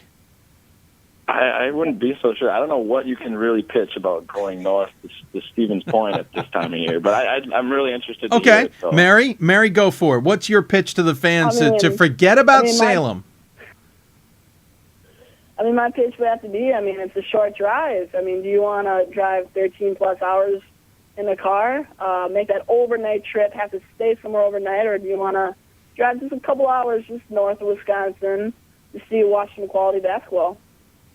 It's pretty good, Alex. One last chance. Well, if any of the fans have heard or remember, the type of fun that the last contingent had in Salem, I think that making the trip will be well worth it, given the fun that we had in Salem. So. Which, by the way, quickly, which contingent? The basketball one where you guys won 2 years ago, or the football championship this past December? The basketball. Okay. The basketball one. I can't really talk about the football. I wasn't involved in that. But well, you could have been a fan. I'm sure they had a great time, too. Mary, your final rebuttal. That's tough. Our women's program's never won a national title, so they can experience some history. So. Ooh, well done with the history line. So Alex goes with weather and tradition, and Mary goes with history and short drive. I think that one's up there. That's a toss-up, in my opinion. We'll see what happens in the long run. You guys, thanks so much for coming on, having some fun with us. I certainly appreciate it. It's not every time we get to talk to some siblings who are going to be playing for at least a chance at going for a national championship on the show. I always give our guests the final word. Any final thoughts you want to share? We'll go alphabetical again. Alex, any final thoughts? I'm as a senior, my basketball career is coming to an end. And to be here with the group that we have, with the brotherhood that we are, absolutely ecstatic about heading over to Salem, and we really like our chances. So it's gonna be fun without a doubt. And Mary, your thought? Along with Alex being a senior, I mean, this is, with the career winding down, I mean, this is what my senior class has really looked forward to, and we worked very hard to get to this point by going on the road this whole tournament, and we're just ecstatic to be this opportunity to us, and we're blessed that we could play a couple more games under our belts, and we're going to take advantage of the opportunity, so we'll see what unfolds. Well, very good. Congratulations to both of you. Congratulations to both of your programs. Good luck this coming weekend. Alex, I'll see you in Salem. Mary, I'm sorry. I saw you last year in Holland. I had to make a choice myself. Good luck. Went with the weather. I'm going with a shorter drive, believe it or not. It's 4 hours for me okay. versus going all the way out to Stevens Point. Good luck to both of you. Congratulations on two terrific careers. Congratulations on the Scholar Athlete Award as well. And good luck, and we will definitely look forward to the horse game. If we have to, we will bring our gear and televise that. All right. All right, okay. Much appreciated. Thanks. Absolutely. Take care. Mary Merg and Alex Merg joining us on the Hoopsville Hotline. Appreciate them having some fun with us, and good luck to them. And God bless to their family. Gene and Randy Merg. If I forgot to write it down, I believe Randy's following the men and Gene is following the women. We'll see what happens after the semifinals as well. We're going to take another break. When we come back, one more student-athlete will talk to us. Liz Moynihan from Tufts. Talk about finally getting to the Final Four that they've been knocking on the door on for a long time. We'll also talk about her heroics a couple weeks ago and how that may have helped the team as well. Certainly helped them get to the next round, but is that the kind of confidence that they have to keep going? You'll listen to Hoopsville, presented by D3Hoops.com and the National Association of Basketball Coaches. When we return, Tufts women's basketball coach Liz Moynihan talks to us about playing in the first ever Final Four for the program. We'll be back right after this. Every season starts with a hope and a dream to play for the ultimate title, to become NCAA national champions. And you can experience it live at the 2014 NCAA Division III Women's Basketball Championship, March 21st through 22nd in Stevens Point, Wisconsin, hosted by the University of Wisconsin-Stevens Point. Affordable tickets now available. Visit ncaa.com/tickets today and make a date with champions. Something I discovered in myself is that if I have a goal, then I can accomplish it. It's a well-rounded experience. At a Division III school, you primarily a student athlete, so the school is really shaped around you developing yourself as a complete individual. It helps a lot that you have a family with your team that can guide you.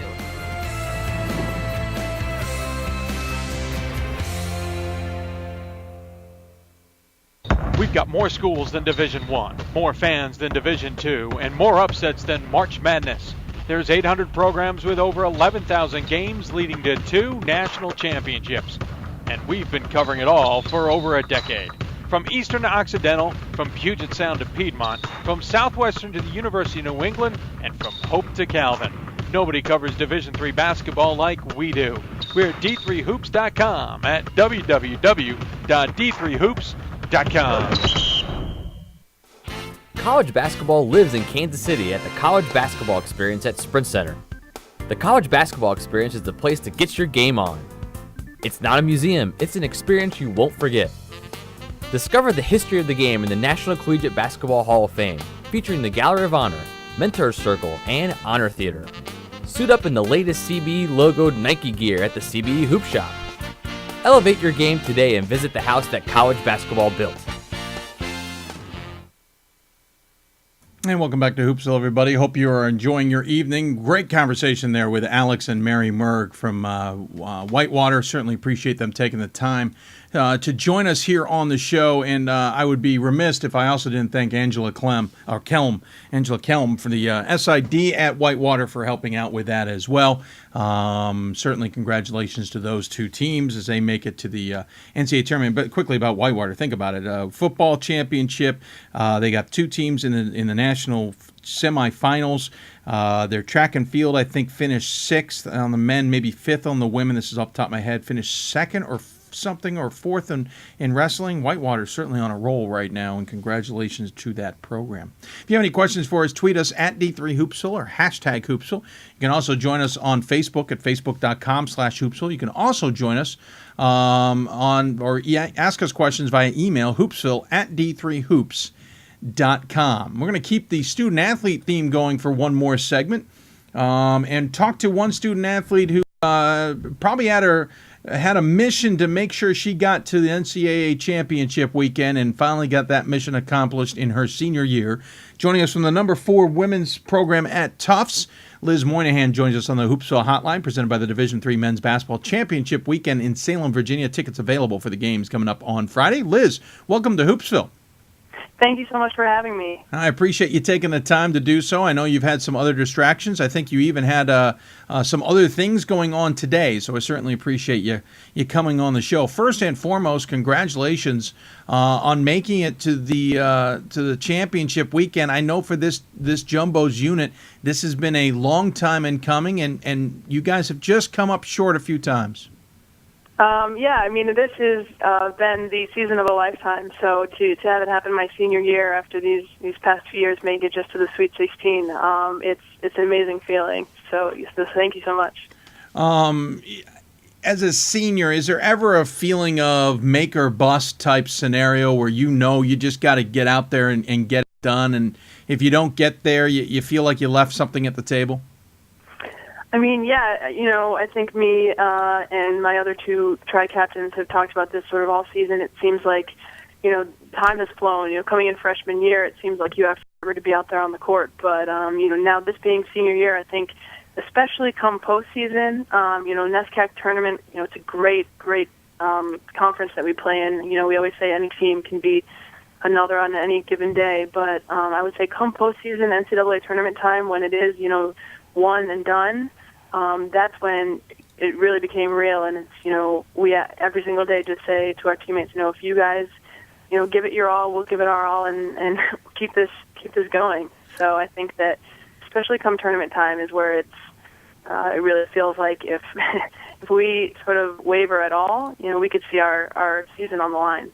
The way this season progressed was certainly magical. Only one loss to Babson in a game that was rather strange, and Babson roaring back from a big deficit.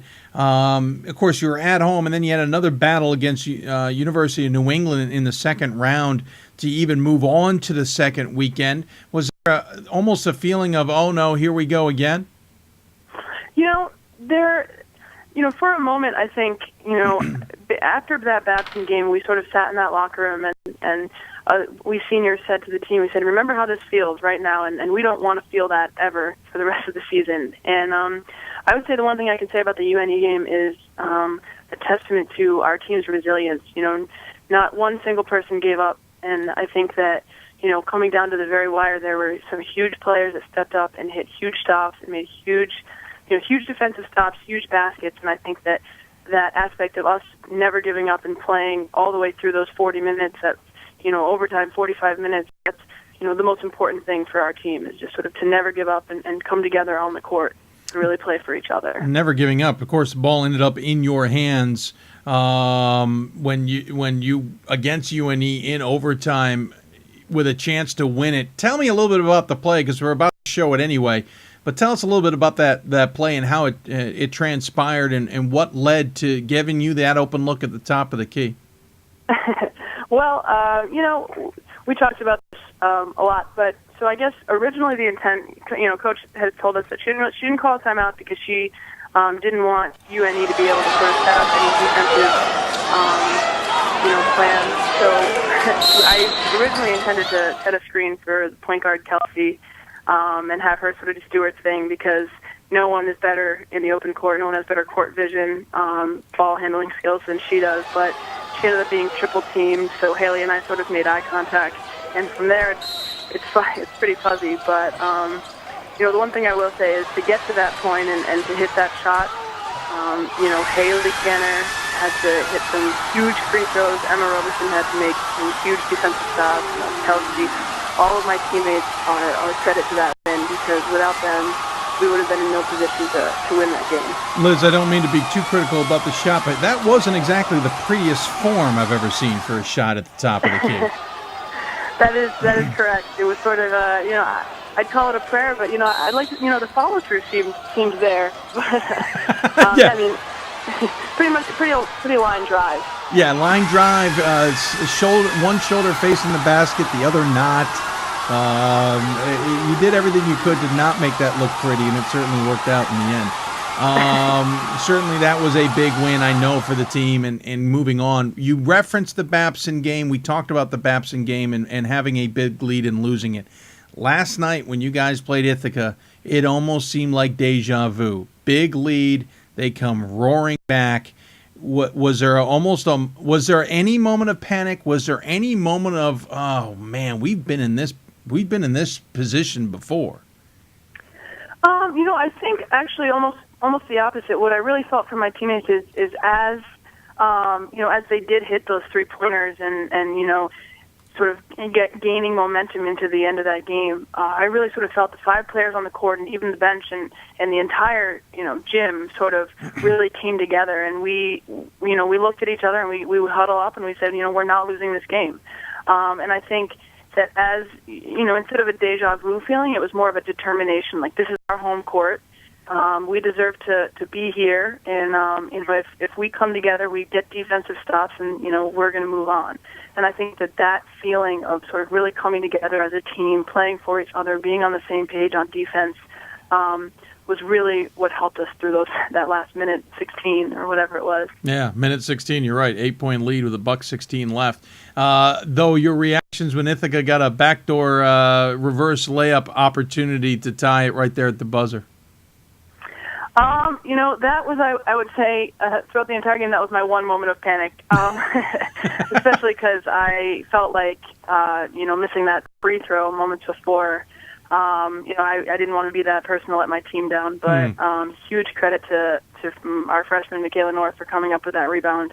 And as soon as the buzzer went off, the only thing I could think of was, just to hug her, because that was a huge rebound, especially for a team that had been, getting offensive rebounds all game, and I will give them so much credit. Ithaca played to the very, very last second of that game, and they played incredibly hard. And they gave us a very, very good game. There was a great picture online of you giving that hug at the completion. You guys move on now to championship weekend, but before you move on, this game was at home. This weekend was at home. How important was that not to maybe make a trip to Amherst, to have the home court advantage and be able to sleep in your own bed? Did it provide more distractions, or did it end up kind of providing a little bit of comfort? I think it was comfort all the way. The fans, these past couple of weeks, I have to just give a shout out. They have been absolutely amazing. I think I speak for the entire team when I say this is the best crowd that we have ever played in front of. We have our track team who comes out every single weekend with, some new sort of theme for us. But this weekend, especially Friday, Saturday, and especially our university just went on spring break, and to have the crowd that we had at home, especially for me as a senior, for that being my last home game I'll ever play, I could not be happier to have got that win at home and play in front of our home crowd. I think that they fueled our momentum going into both of those games, and couldn't have asked for a better situation. You'll go about halfway across the country to Stevens Point, and you'll take on FDU Florham. I know it's early in the process, but first and foremost, certainly you've been to, it's not that out of the range. You were the second weekend, I think you're at the University of Chicago, if memory serves. So you've been out on that trip, essentially. How is the team getting ready here? I mean, have you come off of the excitement? Have you gotten back down to business, as it were? Yeah, we were actually hanging out a little earlier today, and I think there is still that air of excitement, but, really starting tomorrow, we're ready to sort of get down to business, get down to practices. We know that we only have a couple of days before we fly out, and, during those couple of days, it's up to us to get better and to really prepare for this upcoming weekend. There's always going to be, especially none of us have been to this weekend before, so I think that all of us have that little nervous energy, but I think that, that'll actually carry us through. All of us are super excited to fly. I think that this weekend has been in our sights since November 1st, so to even make it there, it's just an amazing accomplishment, but, I don't think we're ready to be quite finished yet, so. And I was going to say, what's the reaction been on campus? it has been amazing ever since, I would say even the beginning of the season, but continuing through these last couple of weeks, campus has just come together and come alive. There's just been this buzz about women's basketball, and I've been getting congratulations emails and texts from people that I didn't even know followed our team, and it's just truly such an incredible feeling to just know that we have our entire university behind us. Whether or not they're able to make it to our games, I know they're watching on JumboCast, so they're checking up on our scores, and that just is something that is so amazing to just know the support that we have from our fellow students, staff, faculty. It's truly unreal. It feels like a dream sometimes. Well, congratulations on getting there. I know it's been a long road in coming for the Tufts Jumbos women's basketball program, and I know that the school's proud. I know your head coach is proud. I'm sure everybody else is proud as well. And good luck at Stevens Point in your game against FDU Florham, and then maybe on to a championship as well, though you have 2 games ahead of you nonetheless. As always, we give our guests the final word. Any final thoughts you want to share with those tuning in? I would like to give a quick shout out to all of our parents. I think that this sort of amazing season that we've had in front of us would not in any way be possible without them. They are out there every single game, and they go out of their way for all of us. Our parents are our best fans. They're our biggest supporters, and I would say that out of anyone that I want to thank for such an amazing season, it would be them. So to any of them listening, thank you so much. And, hopefully we'll keep this fire burning, and we will make it all the way. Very well said. Great job. Good luck, and we'll hopefully be talking about the Tufts Jumbos coming up here at the end of the weekend as well. Thank you so much for having me. Yep, take care. Have a good one. Thank you. Liz Moynihan joining us on the Hoopsville Hotline. Appreciate her taking the time to do so.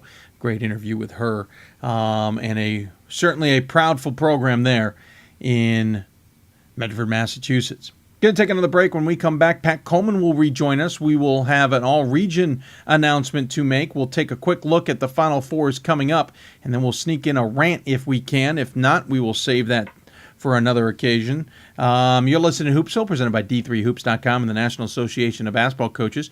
If you have any questions for us, tweet us at D3Hoopsville or hashtag Hoopsville. Email us, hoopsville at D3Hoops.com, or on Facebook at Facebook.com/Hoopsville.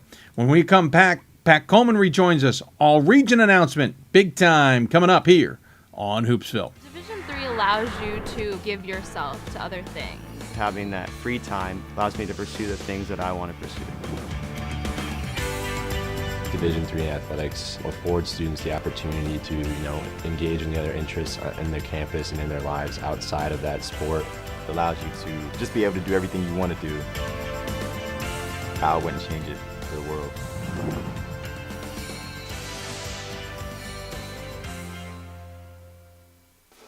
College basketball lives in Kansas City at the College Basketball Experience at Sprint Center. The College Basketball Experience is the place to get your game on. It's not a museum, it's an experience you won't forget. Discover the history of the game in the National Collegiate Basketball Hall of Fame, featuring the Gallery of Honor, Mentor Circle, and Honor Theater. Suit up in the latest CBE logoed Nike gear at the CBE Hoop Shop. Elevate your game today and visit the house that college basketball built. Every season starts with hope and a dream to play for the ultimate title, to become NCAA national champions. And you can experience it live at the 2014 NCAA Division III Men's Basketball Championship, March 21st and 22nd in Salem, Virginia, hosted by the Old Dominion Athletic Conference and the City of Salem. Affordable tickets now available. Visit ncaa.com/tickets today and make a date with champions.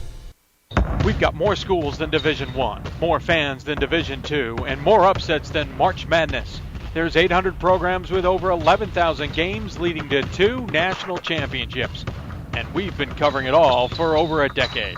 From Eastern to Occidental, from Puget Sound to Piedmont, from Southwestern to the University of New England, and from Hope to Calvin. Nobody covers Division III basketball like we do. We're at D3Hoops.com at www.D3Hoops.com. I know sports is important, but having the academic part along with it is a big plus. I've discovered in myself, a newfound ability to overcome adversity at all different angles. At a Division III school is really shaped around you developing yourself as a complete individual. The end result in my mind is you just become a very well-rounded person. Before I came into college, I didn't really think I'd be able to balance so much. It helps a lot that you have a family with your team that can guide you. With a D3 school, there's a lot of time for other opportunities. The coaches expect a lot of you during soccer, but after soccer, that's your own personal time to really find out who you are and other opportunities that you can pursue. By balancing all of my interests, basketball, my leadership skills, and academics, I'm able to better prioritize my life and to manage it.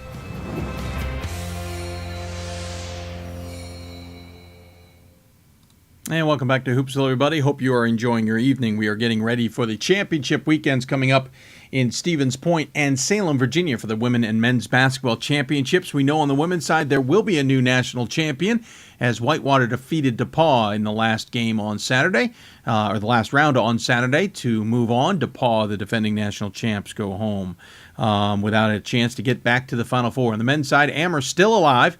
They go to Salem. And they will be taking on Williams in the semifinals. The Eafs, who have not won a game in 3 years against the Lord Jeffs, would love to do so in Salem to end that championship defense. If you have any questions for us, tweet us at D3Hoopsville or hashtag Hoopsville. Email us, hoopsville at d3hoops.com. You can also Facebook us, facebook.com/Hoopsville.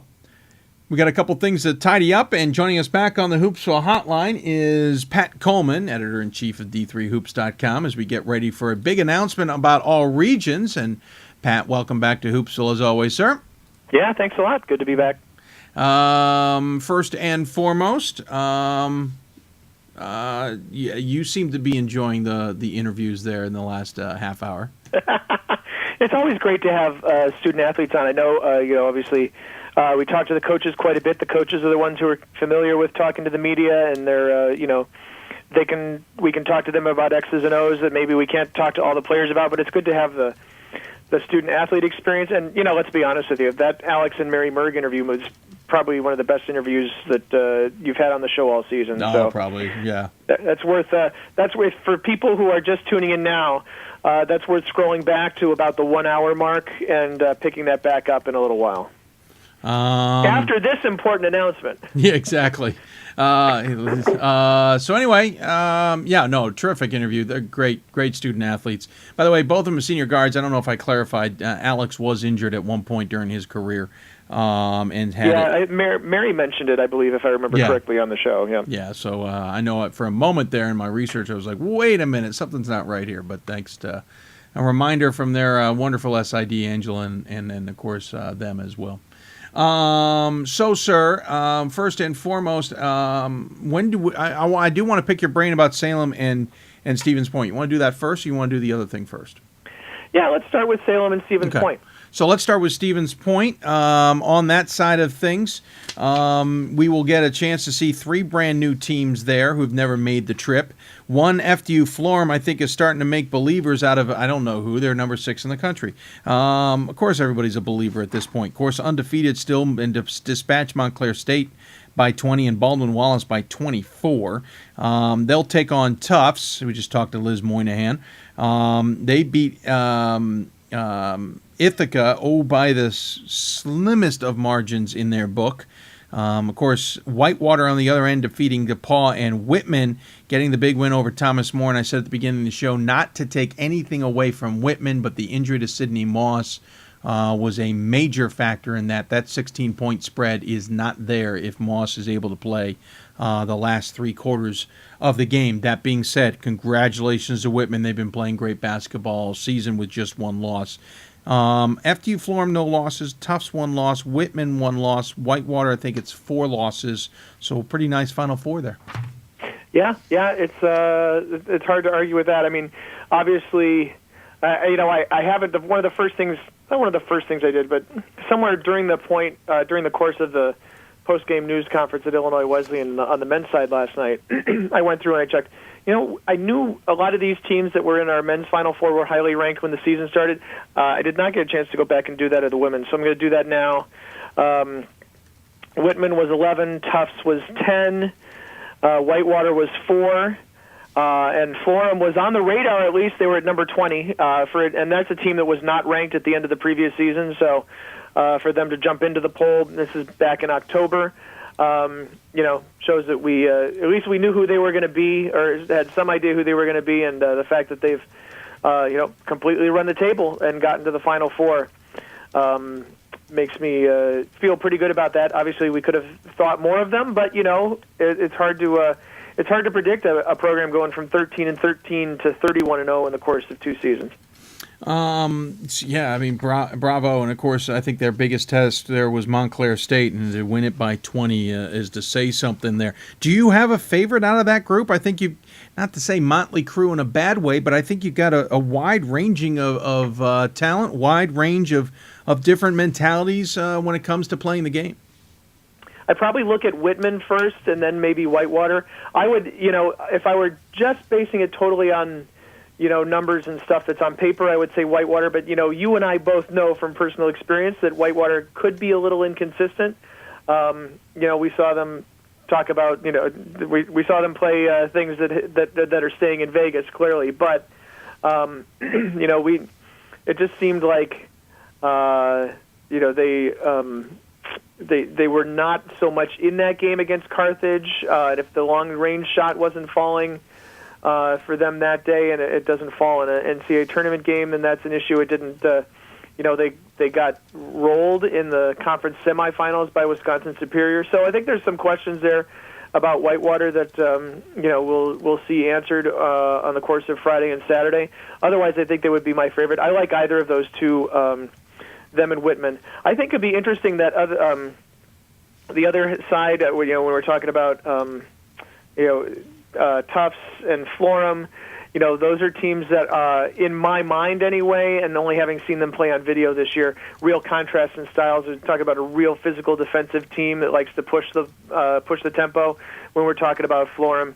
And then Tufts, almost entirely the opposite. They really like to slow things down. So it'll be interesting to see how that game plays out on Friday. It's certainly going to be fun to watch. And Gordon Mann will be there, yes. So you'll get all your coverage on D3 Hoops from him, and there will be links to the NCAA.com live video coverage, of course, and all that, and all those things. You could, even though you and I will be in Salem, we will also have people in Stevens Point. As we always do. Quickly, do you know the times on Friday and Saturday? I don't have those. Well, the times are 5 and 7 Central Time. However, I had not yet heard, and they don't usually make that decision until today. Which game's which? Who is playing in which of those? Really? Yeah, exactly. Huh, now, if it were me, yeah, they wait. The men I knew about over the weekend. Yeah, exactly. But the women, they have a separate conference call and talk through all that stuff. Okay. If it were me, I would put the Whitewater-Whitman game later because that way, if you're a Whitewater fan, you get a chance to watch both games. So hopefully that's something that they consider. You can watch the men's game at 6 Eastern, and then if the women play the late game at Stevens Point, then you could watch that game at 8, and you'd get a chance to watch It's also a 5 o'clock Pacific time game for Whitman versus a 3 o'clock Pacific time game. So yep, that's true too. I'd be a proponent of that, at least for the Whitman fans who can't make the trip from Walla Walla. I just wanted to say Walla Walla. I kind of got that impression. Yeah, I like it. Probably one of my favorite hometowns for a school. So would you dare to pick who you think comes out with a national championship? It's interesting. I was so high on anybody but Whitman a couple weeks ago, right? Yeah. But I like Whitman at this point. Seeing who's at this spot. Whitman at least has the experience of going deep in the tournament, going not just deep into the bracket, but deep into the geography, so to speak. They remember hopefully what it was like last year to get on a plane and go play in a completely different part of the country. I think that's an experience that might help them out, even if it wasn't at the Final Four level. It's only Whitewater that has that experience. The good thing for Whitewater is, yes, it's a short trip. Yes, they remember what it was like to play. what it's like to play in the national semifinals and the national championship like last year. They go to a familiar city, they go to a familiar building, but they don't play in a familiar floor. I think if the women had played in Quant before on a regular basis, like the men do in the WIAC, then that might be enough to push Whitewater over the top. I'm sure they'll have great fan support, which will help too, and it'll make Friday night's game really interesting. Yeah, Friday night. Yeah, we'll see which one wins, Alex or Mary, in or getting both. or both. No, I mean in the sense of who gets the fans there. Oh, I see. Yeah, that was interesting. I kept waiting for Alex to say, the real reason you want to come to Salem and spend the night and stay overnight is because of all the partying you can do. But true. That was what I would have pitched with. But then again, I'm not a student athlete, so I don't. He's probably thick and wiser than we are. Yeah, exactly. Of course. No, never mind. So that's on the women's side. I'm with you. I don't know if you can really go against Whitman for exactly who they went through, but at the same time, I like how Whitewater defeated DePaul, and I think that says something. They're certainly different than who we saw in Vegas. A potential Whitman FDU Forum game just kind of boggles my mind, to be honest with you. Yeah. I've never spent any time in my entire life thinking about Whitman playing FDU Forum in any sport. Yeah, no, absolutely. I mean, talk about East Coast, West Coast in a way you never expect it. That would be kind of fun to see. I don't know. I really don't know. Someone should tweet me and let me know what the previous national relevant Whitman FDU Florham game would have been. Wow, yeah. What sport That's would that a good be? one. And who were the opponents? I don't even know. Honestly, I'd have to wait till Thursday. I can't even pick a winner out of this one. You don't want to bet against Florham.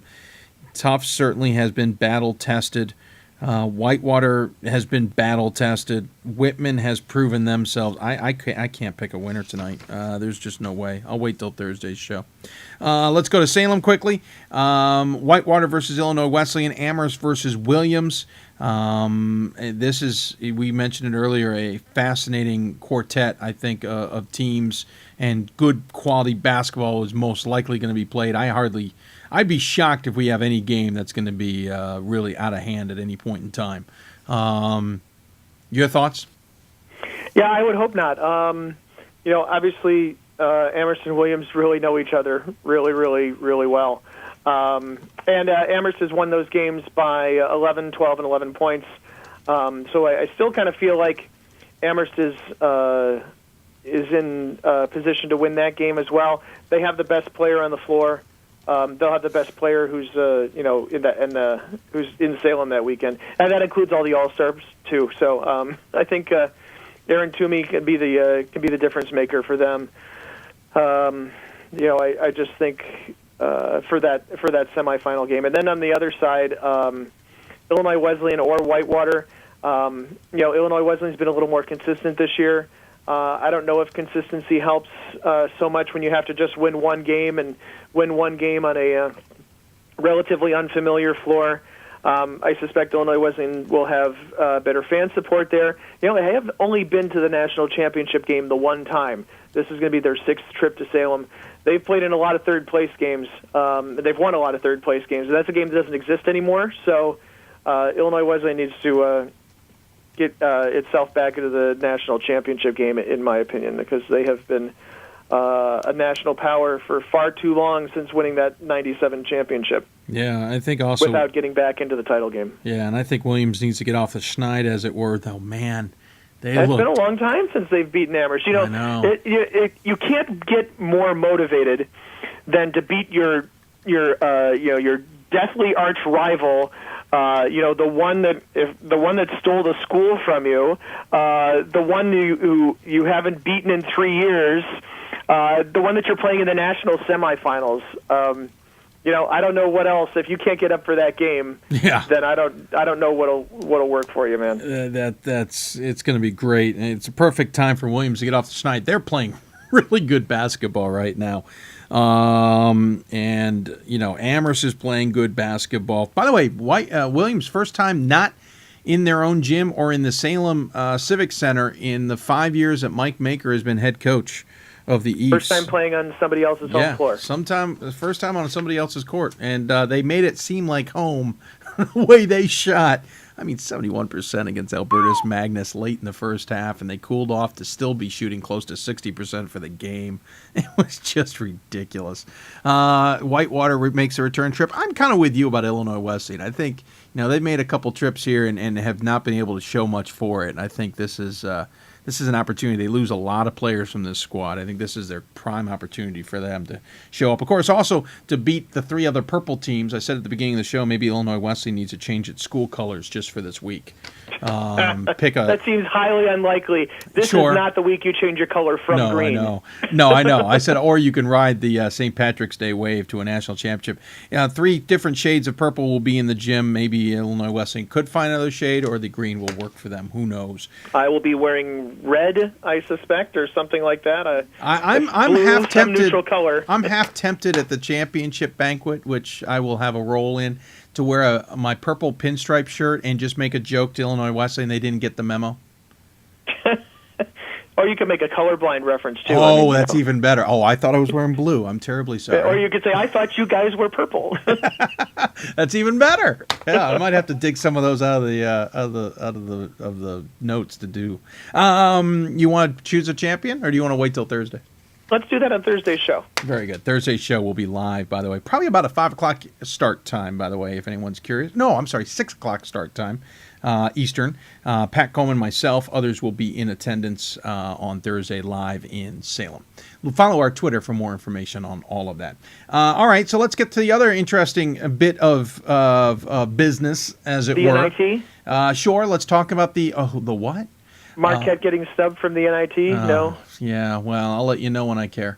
Yeah, exactly. Whatever they want to do to try and determine who the 69th best team in the country is.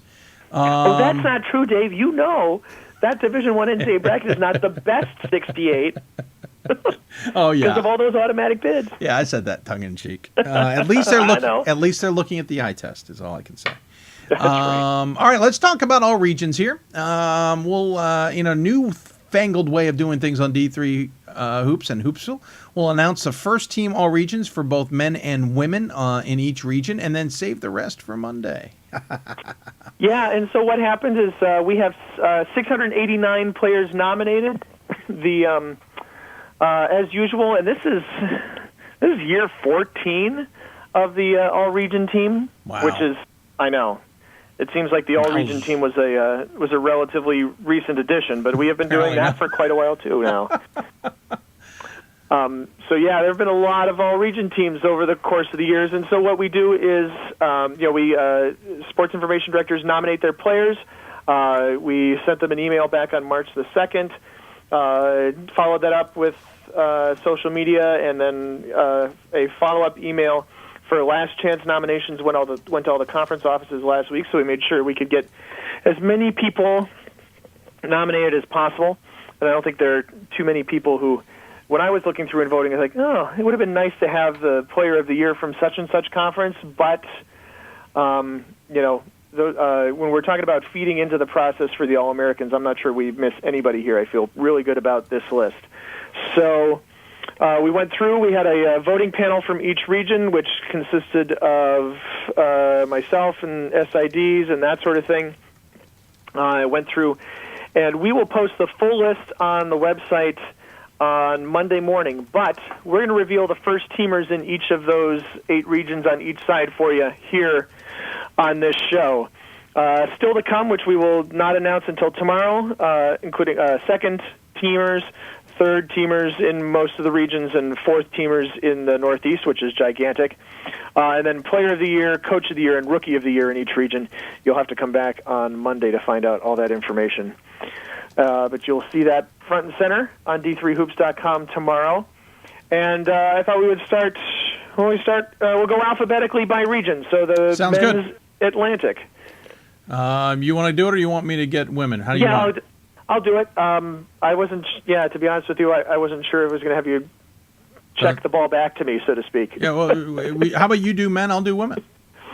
So for the in the backcourt for the 2014 D3Hoops.com men's All-Atlantic region team, We have 4 guards. We have senior from William Patterson, Jave King-Gilchrist. You may remember him. He was on the ballot for the last chance vote for the NABC All-Star Game. Andre Dixon, a guard from SUNY Purchase, also a senior. We have Michael Woods from York of New York, a senior. Buhi Maglar of Staten Island. I'm sure I butchered that name. I am so sorry. He's a senior. And then Josh Blamone of Richard Stockton, who had, he had the 31 points against Cabrini in the second round of the NCAA tournament. And you can find out the rest of that all-region team tomorrow. Oh, that's nice and simple. On the women's side, 3 guards, 2 forwards. We'll start in the backcourt. Senior from William Patterson, Floriana Borova. Also a senior guard from Marymount, Caitlin Fisher. A senior guard from Catholic, Emily Grabiek. Junior forward from Montclair State, Melissa Toby.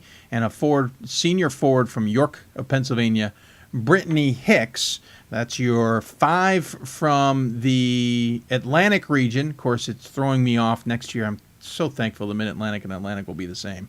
Well, yeah, it's interesting. We'll have, next year's Atlantic region, we'll have Freedom Conference players to be considered, and we'll have Colonial States Athletic Conference players too. Yep, and it'll be a little bit even easier for all of us to remember what schools in what region as well.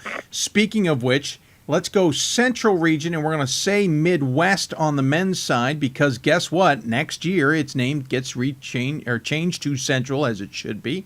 So, do you have the Central Men First Team All Region, sir? I do, and we start in the backcourt with a senior guard from Rose Holman and Julian Strickland, joined in the backcourt by a senior from St. Norbert, Brandon Grease.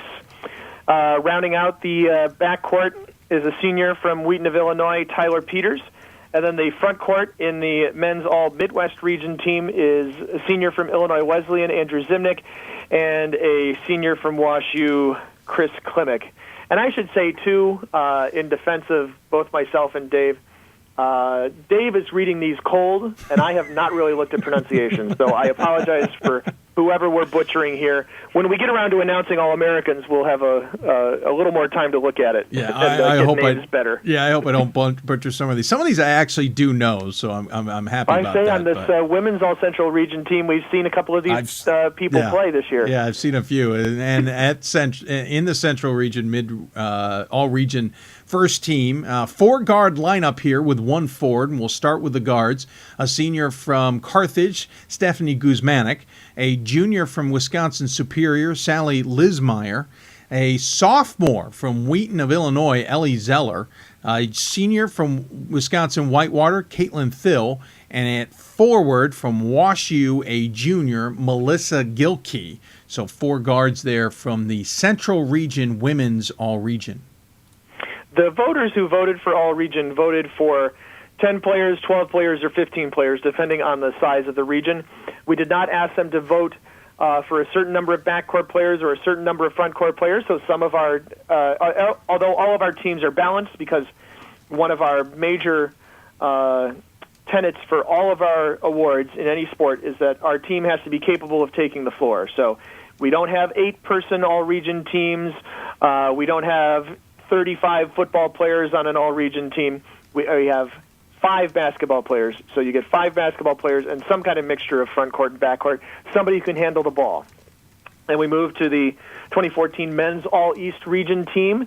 In the East region, we start in the backcourt with a senior from Morrisville State, Jordan Pryor, joined in the backcourt by a senior from Brockport, John Ivy. And in the front court, a senior from Nazareth, Brad Ford, joined by Richie Bonney, a senior from Hobart, and Jared Sutterly, a senior from Hartwick. 5 seniors on the first team All-East region. Interesting enough, 5 seniors on the All-East region for the women as well. 3 guard, 2 forwards. 4 would be awkward. 3 guards. They start at a senior from Vassar, Cindy Matsuoka. Also a senior from Elmira, Jessica Zoltowski. A senior from Plattsburgh State, Kathleen Payne. Also a senior from Wells, Ashley Roser. And a senior from Rochester, Lauren Wagner. 5 seniors and a total of 10 for the 2 first teams from the East. Sydney Matsuoka has had just a fantastic career for Vassar. She really helped elevate the level of that program. It'll be interesting to see how they continue to do after Was this. she? I think she was a Justin's. Yep, she's a Justin's finalist. Yes, I may Justin's have voted for her very highly on my ballot. She was pretty high on mine. I just it's all a blur. I don't remember where I had her. I had her high. Let's just say that. Sydney Matsuoka, fantastic career for her. Let's see. I think we move on to the Great Lakes. Correct. Yeah? Okay, so the Great Lakes men all-region team. And in the backcourt, a pair of Scots from Worcester in junior Xavier Brown and senior Doug Thorpe, joined by Malcolm Hurd II, a senior from Wilmington. You may have heard about him on this show a couple of weeks ago. That actually was the first time I'd heard his name. It works. Some schools you hear from more often than others. St. Vincent senior Dylan Stith is a forward, and Tyler Cruz, the senior from Calvin, round out the first team men's all Great Lakes region. First team all women's all region for the women in the Great Lakes. You may recognize a couple of these names. 2 guards and 3 forwards. At guard from Kenyon, Maureen Hurt, the senior, who is also a Jostens finalist. The other one you should know about, Thomas Moore's sophomore Sydney Moss, off first team all region. Also a senior in the forward position from DePaul, Alex Gassaway. Also a senior at forward from John Carroll, Melissa Sahar, I think. And then sophomore from Hope at forward, Maura McAfee. I don't have any specific knowledge of how to pronounce the name, but I would, if that didn't sound familiar to you, maybe Melissa Spahar might be better. Spahar is probably a much better reference than the one I got there. We'll see. You feel free to tweet us and send us a. We know note plenty about of that. you are watching, so. Okay, men's all Mid-Atlantic region for 2014. We're going to start with probably a name that's not particularly surprising, in Aaron Walton Moss, the junior from Cabrini, joined in the backcourt by Ross Danzig, a junior from Scranton. Adam Honig, senior from Dickinson, rounds out our backcourt.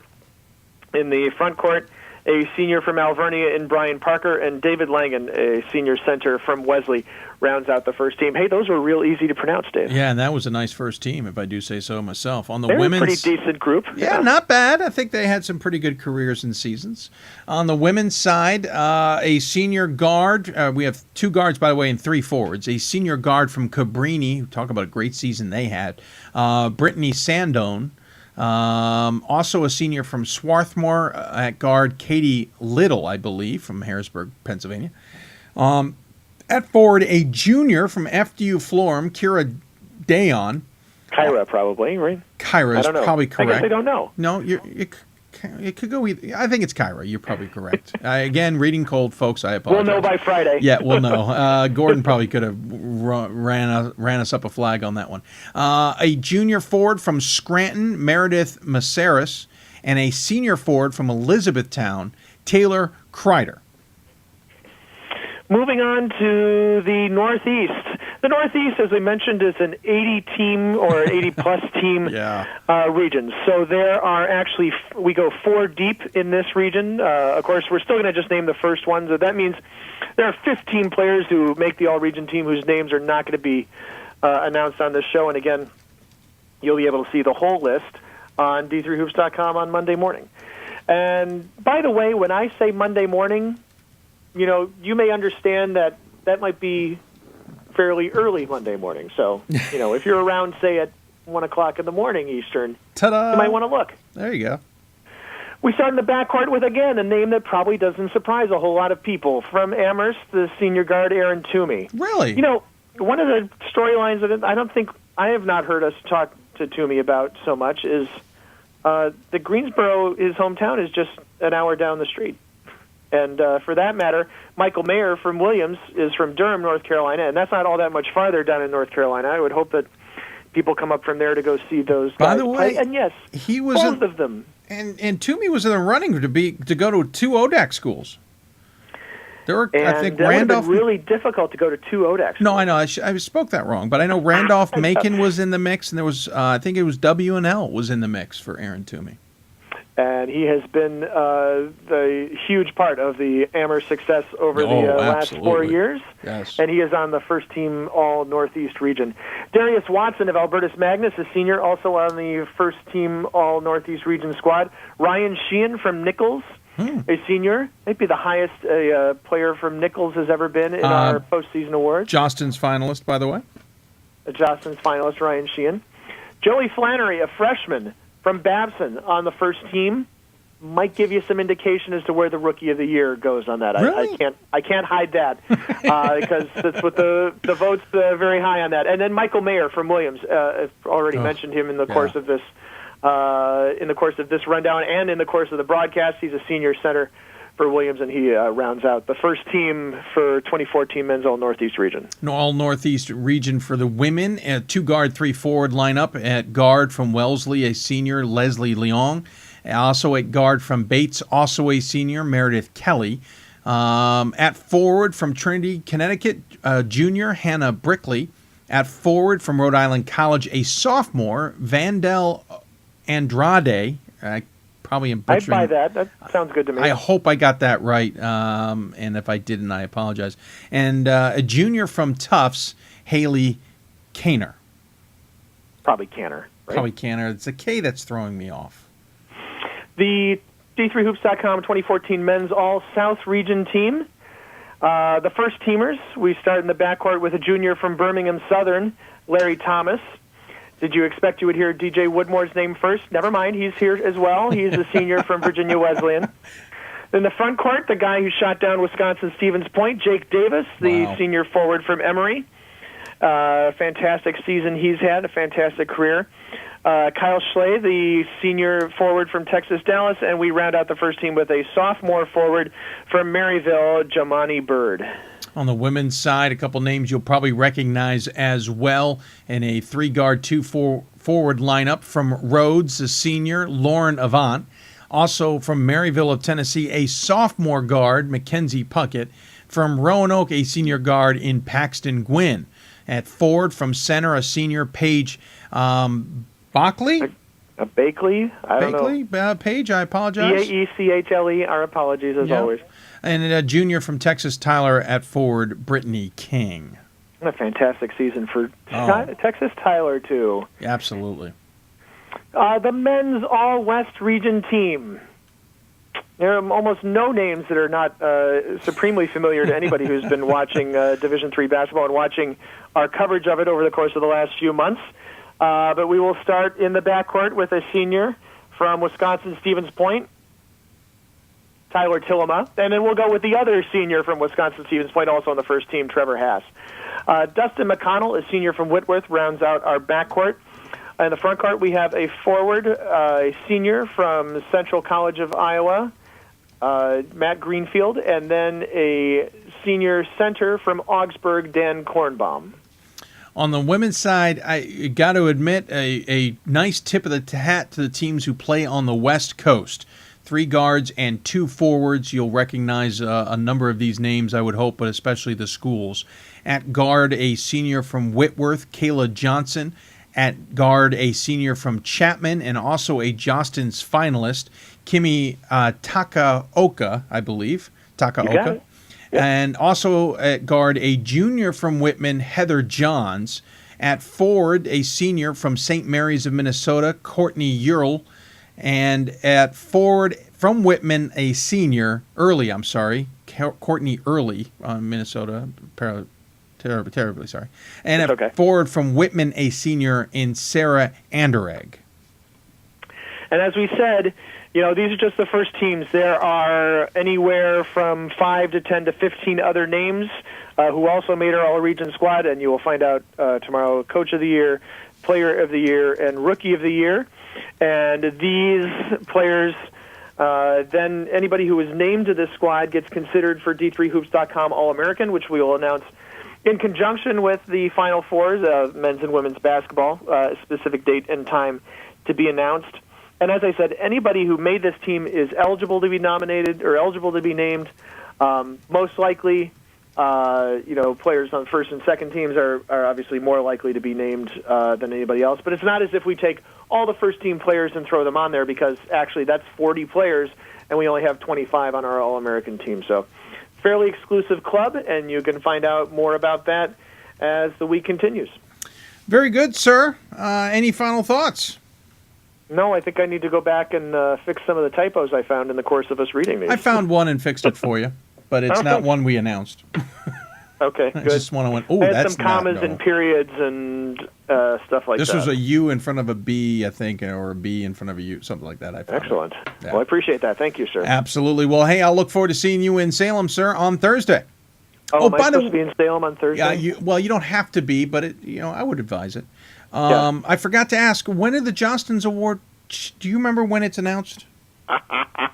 I'm quickly looking through my sheet here, and I can't even remember when it's announced. Oh, that would be a great question, and I'm not sure there's an answer. Don't worry. It's usually Monday, I think. I was approached by somebody over the course of the weekend asking that exact same question. I said, I got to be honest with you. It's not as consistent with this as it is with the Ghilardi Trophy, so I don't know. Well, obviously they announce the we'll find out winner, on and they're brought to Salem. And by the way, nobody on the list is playing. No, but some of them will be in the NABC All-Star game. Yes. So there could be in the NABC All-Star game, another nice moment in Salem as well. Very good, sir. I appreciate it. And we'll look forward to seeing you in Salem. Sounds like a plan. All right, take care. Yep. Pat Coleman joining us on the Hoopsville Hotline here tonight. I want to thank everybody who appeared on the show tonight, including Pat Coleman's work to get Ron Rose interview for us. Of course, Mike Maker and Mike Mayer from Williams who appeared on the show. Also, thanks to Alex and Mary Merg who joined us, and probably one of the best interviews we had all year. Certainly appreciate them coming on and having a little banter with us. We'll see who wins the recruiting war for the fans to show up. And also want to thank Liz Moynihan from Tufts for coming on and talking to us as well. Going to end the show on a rant. I have not had a rant in a while. As I just finished a couple words on it, I apologize.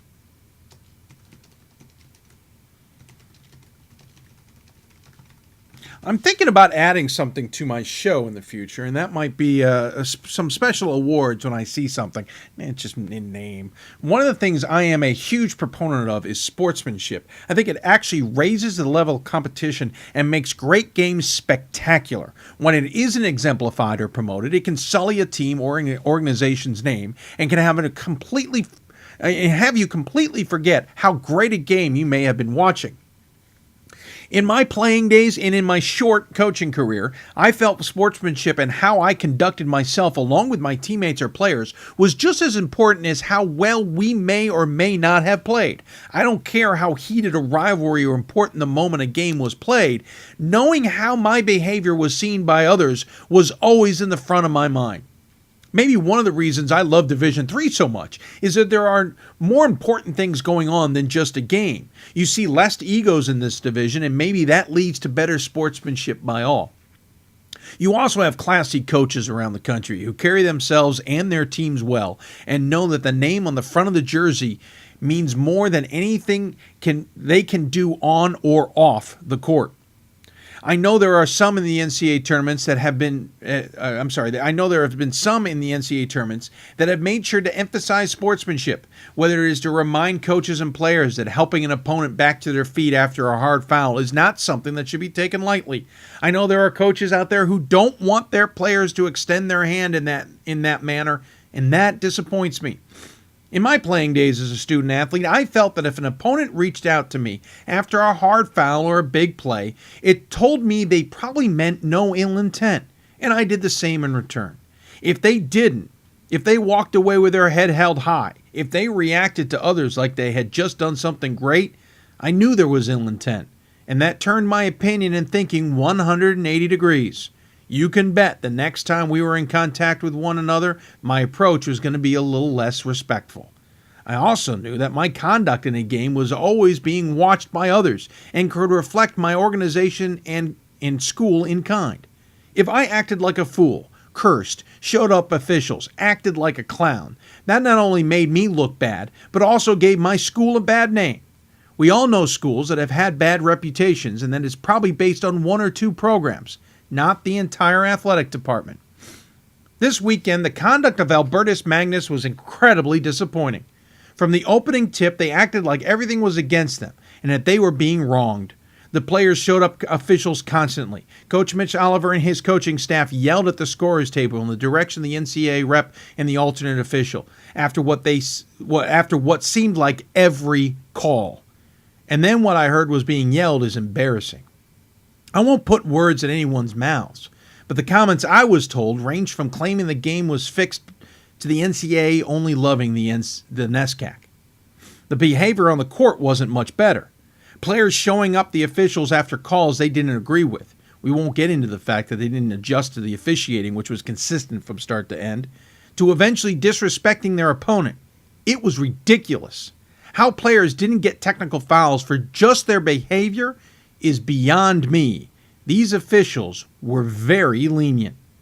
However, the moment that pretty much summed it up for me was late in the game when the Falcons guard Davis took out a Williams guard right in front of the Eafs bench. This is Ian Davis. It was just a hard foul. It was not just a hard foul. Davis made no attempt at the ball and looked more like a hockey player by hip-checking the player off of his feet. He walked away without saying a word to anyone. The refs correctly called an intentional foul, though I did wonder if it should have been a flagrant 2 and an ejection of Davis. I don't know what Albertus Magnus was thinking coming into the game, but to play with very little class and to act like playground hooligans was embarrassing to the moment, the game, the weekend, and most importantly, their program and their school. I have not talked to Albertus Magnus regarding this. I didn't feel I should. But I want to end this on a good note, and thankfully at the same gym this weekend, Williams' coach Mike Maker had it for me. There was plenty of class shown in Virginia Wesley and Mary Washington game between two teams that were playing hard, but made sure to pick each other up, shake hands throughout, and prove how to play a game with respect. The game between Williams and Mary Washington showed the same class. The Eagles were getting their butts handed to them, but they fought to the end and didn't resort to cheap shots or let their frustrations get the best of them. Mary Washington as a school, as their fans, or however associated with that team, should be proud of them. But Mike Maker had two moments late in their game against Mary Washington that spoke volumes to me. Neither team had gone to empty their benches despite a 30-plus point spread with 2 minutes left. But soon enough, Rod Wood sent 5 guys who didn't see the court to the scorer's table. Williams was on offense and quickly scored, and immediately Mike Maker called timeout and indicated to the refs he wanted it for the subs. The thing was, Williams didn't have anyone at the scorer's table. Mike Maker called the timeout to give UMW the chance to honor their players, and then he went to his bench to make his subs. But he didn't stop there. Later, Rod Wood sent one player up so he could honor his sixth man, Marcus Holly. At the whistle, the sub came in, and then I saw Mike Maker tell the ref to wait. Don't allow the game to restart. Maker saw that Rod Wood and the crowd were saluting Holly, and Maker thought it best not to rush the moment as Wood hugged Holly. Those moments and decision by Mike Maker spoke volumes to me. He understood the moment. He respected the opponent. He appreciated the message that would be sent, whether he knew it or not at the time. That's what I like about Division III athletics, class and sportsmanship. It's just too bad that people forget that stuff. In a big moment, in the NCAA tournament, it seems people don't think about it or simply forget. So my tip of the hat to all who think class and sportsmanship are paramount. And thus, Coach Mike Maker from Williams. That is my rant. That has been a great show. Appreciate you all tuning in. Appreciate it a little bit. If you have any questions for us, make sure you tweet us at D3Hoopsville or hashtag Hoopsville. Email us at hoopsville@d3hoops.com and Facebook us at facebook.com/Hoopsville. We'll be on the air Thursday live from Salem, Virginia. More information as we tweet it along throughout the day. It looks like we'll be somewhere in downtown Roanoke for that show. We'll let you know about it. Pat Coleman will be joining me. I also have the distinct honor, and I would like to publicly thank the city of Salem, who have invited me to also take part in the championships dinner on Thursday evening. I'm looking forward to that moment as well, to give a chance to talk to the players and coaches. Ghilardi Trophy will also be officially given out on Thursday, though they will be announced ahead of time as well. So lots going on Thursday. A reminder, championships on Friday, 5 o'clock and 7 o'clock Central Time on the women's side. Don't know which games are which. On the men's side, it's 6 and 8:30. 6 o'clock game will be Wisconsin Whitewater versus Illinois Wesleyan. 8:30 Eastern Time will be Amherst versus Williams. NABC All-Star Game is at 3 o'clock on Saturday, and at 5:30 tip-off for the championship. That game on CBS Sports Network. All the games besides that one on CBS Sports Network, web streamed on NCAA.com. We will probably have an audio broadcast as well of the NCAA championship game from Salem. Thank you to all our guests who appeared on the show. Thank you for tuning in. Appreciate your time and effort, and we will certainly look forward to seeing you back on the air on Thursday. Once again, tweet us at D3Hoopsville or hashtag Hoopsville. Email us hoopsville@d3hoops.com or Facebook us at facebook.com/Hoopsville. Going to wrap it up there. I want to thank, as always, the city of Salem. If you want tickets to the men's Final Four, please go online and get them. You can get them online.